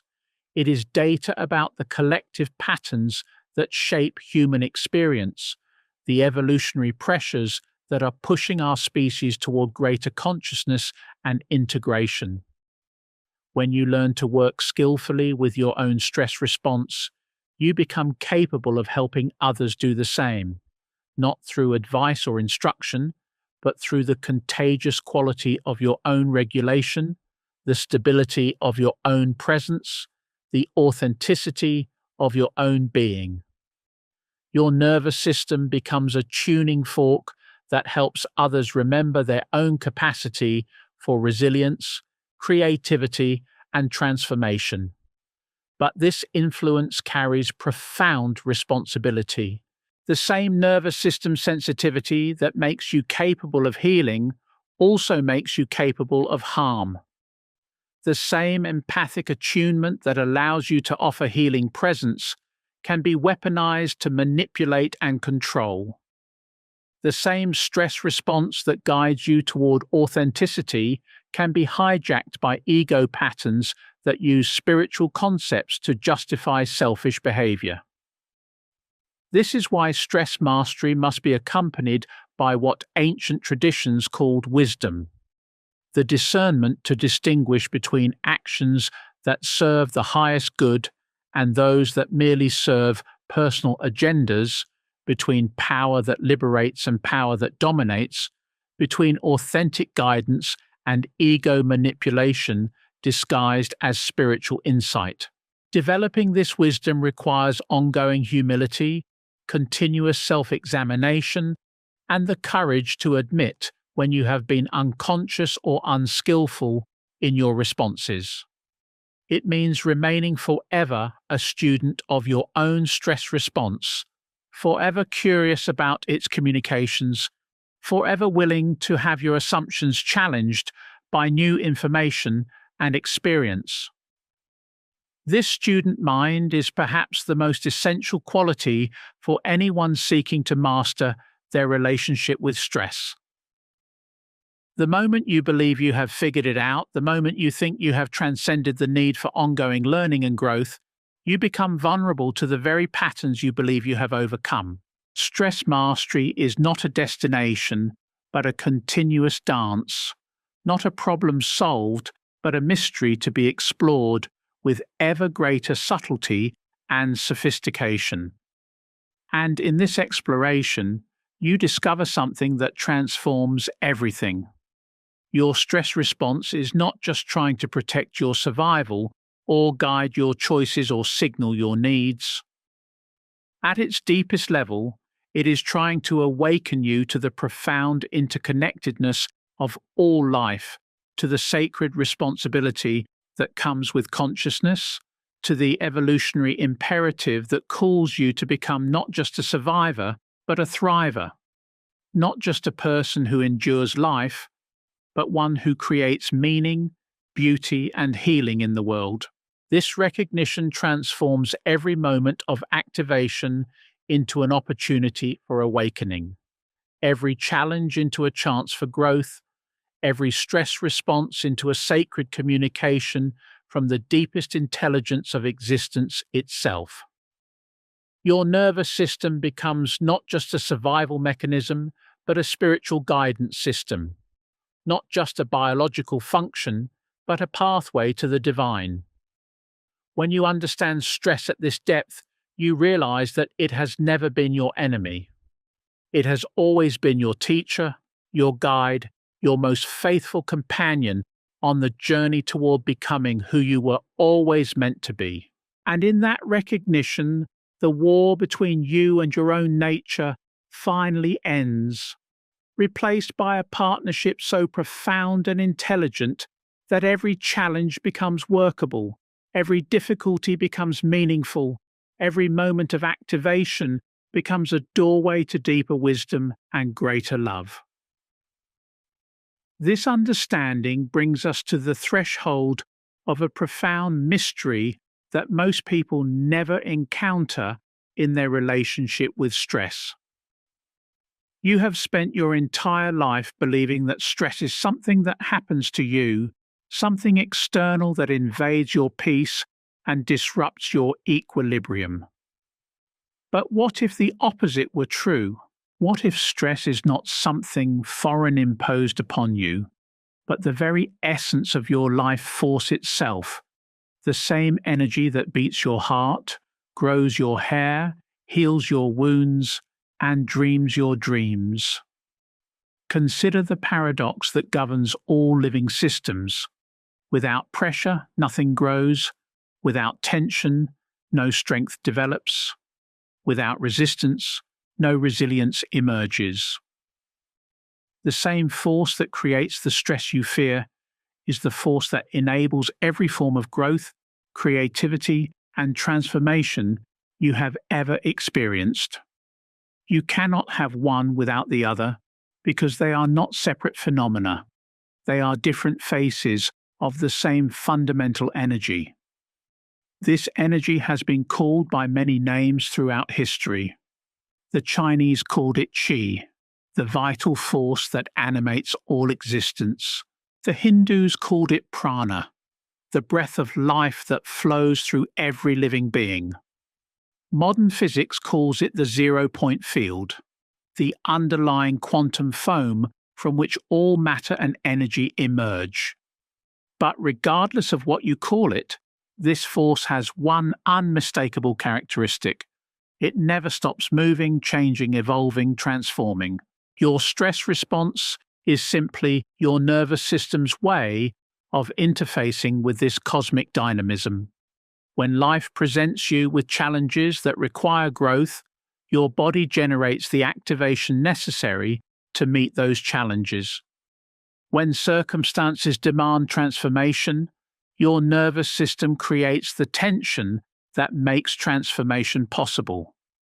When evolution calls you forward into new territories of being, your stress response provides the energy for that journey. But here lies the great misunderstanding that creates so much unnecessary suffering. You have been taught to treat this evolutionary pressure as a medical problem, this life force as a malfunction, this sacred energy as a symptom to be eliminated. You medicate the very force that could transform your life.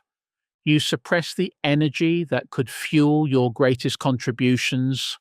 You silence the intelligence that could guide you toward your deepest fulfillment. This suppression creates what ancient traditions recognized as spiritual stagnation, a state where your life force becomes trapped in patterns that no longer serve your evolution.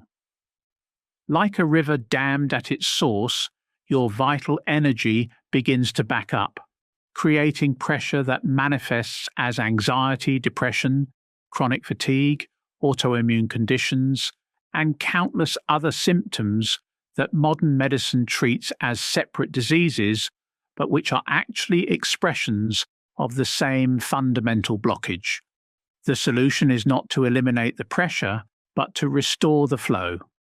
Not to suppress the energy, but to channel it consciously toward purposes that align with your deepest nature. Not to silence the intelligence, but to learn its language and follow its guidance with courage and trust. This restoration requires what I call energetic literacy, the ability to distinguish between different qualities of activation and respond appropriately to each. Just as musical literacy allows you to read the complex patterns of notes, rhythms, and harmonies that create symphony, energetic literacy enables you to read the subtle signals your life force sends through your nervous system about direction, timing, and purpose. When you develop this literacy, you discover that what you have been calling stress actually contains multiple distinct energies, each with its own message and purpose. There is the sharp electric quality of breakthrough energy, the activation that arises when you are ready to transcend old limitations and step into new possibilities. This energy feels alive, exciting, filled with potential, even when it includes fear or uncertainty. There is the heavy, dense quality of resistance energy, the activation that occurs when you are fighting against necessary changes or clinging to patterns that no longer serve your growth. This energy feels depleting, frustrating, like trying to swim upstream against an impossible current. There is the warm, expansive quality of creative energy, the activation that emerges when you are aligned with your authentic expression and ready to bring something new into the world.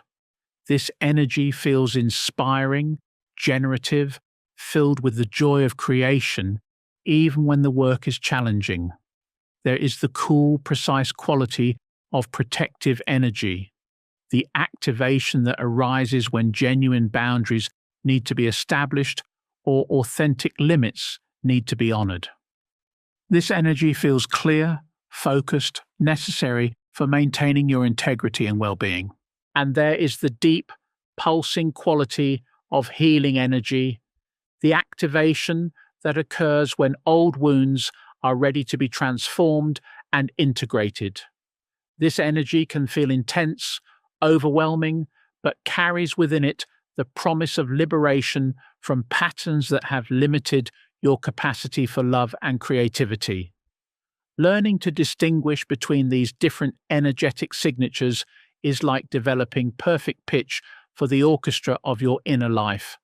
Each type of activation calls for a different response, requires different skills, serves different aspects of your evolution. When you can identify which energy is moving through your system, you can respond with precision rather than reacting with generic strategies that may not serve the particular intelligence trying to emerge. This precision transforms your entire relationship to intensity.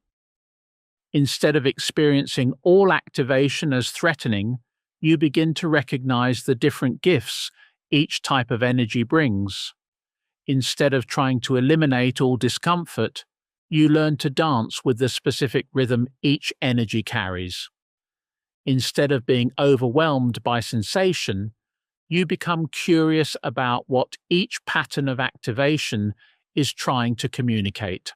But this dance requires more than intellectual understanding.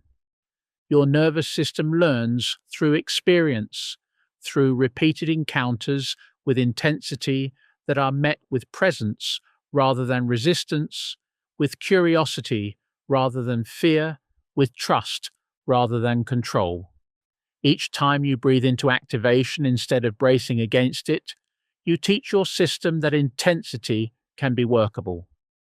Each time you remain present with discomfort, instead of dissociating from it, you expand your capacity to handle whatever life presents. This capacity expansion is not just psychological but physiological. When you consistently meet activation with conscious presence, your nervous system literally rewires itself for greater resilience. New neural pathways develop that support regulation rather than reactivity. Stress hormones that once flooded your system begin to flow in more balanced patterns. Your body learns to use the energy of activation for growth and healing rather than burning it in cycles of anxiety and exhaustion. This rewiring process reveals something profound about the nature of human adaptability. You are not fixed in your current patterns of response. The same plasticity that allowed your nervous system to adapt to early experiences allows it to continue evolving throughout your entire life. Every moment of conscious choice creates new possibilities for how you interface with challenge and change. But this evolution requires what indigenous traditions called sacred reciprocity, a recognition that you are not separate from the forces that activate you, but intimately connected to them. Your stress response is not your enemy, but your partner in the cosmic dance of becoming. The energy that moves through your nervous system is not foreign, but familiar. It is the same energy that moves the stars, grows the forests, and evolves all consciousness toward greater complexity and beauty. When you recognize this intimate connection, something shifts in the very core of your being. You stop experiencing yourself as a victim of circumstances and begin to understand yourself as a conscious participant in the unfolding of existence itself. Your challenges become not punishments to endure, but invitations to grow. Your difficulties become not obstacles to overcome, but opportunities to develop capacities you never knew you possessed. This shift from victim to participant is perhaps the most radical transformation possible in your relationship to stress. It means that every activation becomes meaningful, every challenge becomes purposeful, every difficulty becomes sacred. Not because suffering is good, but because consciousness has the capacity to transform any experience into wisdom, strength, and compassion when approached with the right understanding and skills. This transformation is what ancient mystery schools called initiation, the process by which ordinary experience becomes extraordinary, where mundane challenges become spiritual opportunities, where personal growth becomes service to the evolution of consciousness itself. Your stress response becomes not just a survival mechanism, but an initiation device, constantly presenting you with opportunities to transcend your current limitations and discover new depths of your potential. But initiation is not a one-time event. It is an ongoing process that deepens and refines itself throughout your entire existence. Each level of mastery you achieve reveals new territories to explore, new subtleties to understand, new capacities to develop.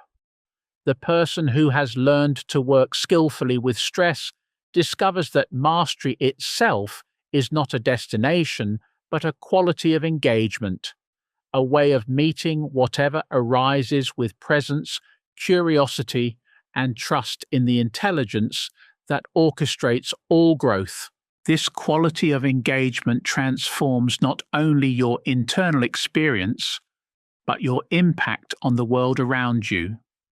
When you are no longer consumed by your own reactivity, you become available to respond to others from a place of genuine wisdom rather than unconscious projection. When you are not overwhelmed by your own activation, you can offer stable presence to those who are struggling with their own challenges. When you trust the intelligence of your own system, you can guide others toward trusting the intelligence of theirs. This guidance is not about giving advice or trying to fix others' problems. It is about embodying the possibility that stress can be workable, that challenges can be meaningful, that every human being possesses the capacity to transform difficulty into wisdom. Your regulated nervous system becomes a beacon that reminds others of their own potential for resilience and growth. But perhaps the most profound gift of stress mastery is how it transforms your relationship to time itself. When you are chronically reactive, you live in a perpetual state of emergency where every moment feels urgent, every task feels critical, every decision feels like life or death. This urgency addiction keeps you trapped in a narrow band of experience where survival overshadows thriving, where reaction replaces response, where fear dominates love. When you learn to work consciously with your stress response, time begins to feel different in your body. Moments expand rather than contract. Possibilities multiply rather than diminish. The future feels like space for creativity rather than threat to be defended against. You discover that most of your suffering comes not from what is actually happening, but from your mental projections about what might happen. And these projections have no more reality than last night's dreams. This recognition liberates enormous amounts of energy that were previously consumed by worry, regret, and anticipation. Energy that was bound up in imaginary scenarios becomes available for present moment awareness, creative expression, and meaningful action. You discover resources within yourself that you never knew existed because they were hidden beneath layers of chronic activation and unconscious reactivity. These resources include not only practical capacities like focus, creativity, and problem-solving ability, but also spiritual qualities like compassion, wisdom, and the capacity to remain present with others' pain without being overwhelmed by it.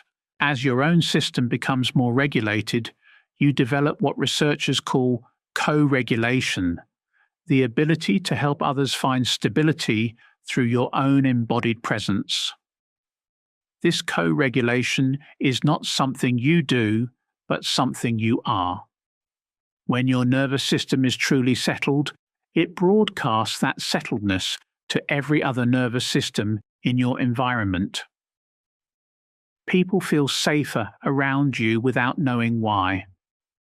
Children and animals gravitate toward you because they sense your internal stability. Even plants seem to thrive in your presence because all living systems respond to the quality of energy you embody. This energetic influence reveals something profound about the nature of healing. It is not primarily about techniques or interventions, but about presence itself. Your regulated nervous system becomes a healing field that supports the regulation of other systems simply through proximity and attunement. This is why the most effective healers, teachers, and leaders are not necessarily those with the most knowledge or skills, but those who have done the deep work of integrating their own stress response and embodying authentic presence. But this influence comes with profound responsibility. The same sensitivity that makes you capable of healing also makes you capable of harm. The same nervous system attunement that allows you to offer regulatory support can be misused to manipulate or control others. The same energetic field that can inspire and uplift can also drain and deplete when not used consciously. This is why true stress mastery must be grounded in what ancient traditions called ethical development. The cultivation of qualities like humility, compassion, and service that ensure your growing capacities are used for the highest good rather than personal aggrandizement. Power without wisdom becomes dangerous. Influence without integrity becomes manipulation. Healing capacity without love becomes exploitation. Developing these ethical foundations requires ongoing self-examination and honest feedback from others who can see your blind spots and challenge your unconscious patterns. It means remaining forever a student of your own reactivity, forever curious about the subtle ways ego can co-opt even spiritual development, forever committed to using your gifts in service of something larger than your personal comfort or success. This commitment to service transforms stress mastery from a personal development goal into a form of spiritual practice. Every moment of conscious response, rather than unconscious reaction, becomes an offering to the collective healing our species desperately needs. Every pattern of trauma or reactivity you heal in yourself helps heal the ancestral wounds that have been passed down through generations. Every capacity you develop for working skillfully with challenge and change becomes a resource available to your community, your children, and the future of human consciousness itself. This understanding reveals the ultimate purpose of your stress response. It is not just trying to keep you alive, but to awaken you to your role as a conscious participant in the evolution of life itself. The same intelligence that created your nervous system is the intelligence that guides the development of galaxies, the migration of birds, the growth of forests, and the evolution of consciousness throughout the cosmos. When you align yourself with this intelligence, when you learn to trust your stress response as guidance rather than fearing it as malfunction, you discover that you are not separate from the creative force of existence, but an expression of it. Your challenges become not obstacles to your happiness, but opportunities to develop the qualities the universe needs to continue its endless journey toward greater complexity, beauty, and love. This recognition transforms every moment of activation into a sacred communication, every challenge into a holy invitation, every stress response into a divine guidance system pointing you toward your highest potential and deepest service. You realize that you have never been fighting against life. You have been learning to dance with it, to partner with it, to become a conscious collaborator in the greatest story ever told. The story of consciousness awakening to itself through the vehicle of your human experience. And in that awakening, stress reveals its deepest secret. It was never the enemy of your peace, but the guardian of your purpose, never the obstacle to your happiness, but the pathway to your fulfillment, never the threat to your survival, but the invitation to your transformation. The ancient force that still controls your life is not controlling you at all. It is serving you, guiding you, loving you with an intelligence so vast and compassionate that your mind cannot comprehend it, but your heart can feel it in every beat, every breath, every moment of conscious response to the sacred gift of being alive. In the end, mastering stress is not about eliminating it from your experience, but about recognizing it as the very force of life itself, dynamic, creative, evolutionary, sacred. And when you make this recognition, not just intellectually, but in the depths of your being, you discover that you are not a victim of stress, but its conscious expression, not someone who suffers activation, but someone who transforms it into wisdom, beauty, and love. This is the ultimate teaching your stress response has been trying to offer you all along, that you are not separate from the creative intelligence of existence, but its most intimate expression, not a problem to be solved, but a mystery to be lived, not a burden to be endured, but a gift to be celebrated and shared with a world that desperately needs the healing only you can bring.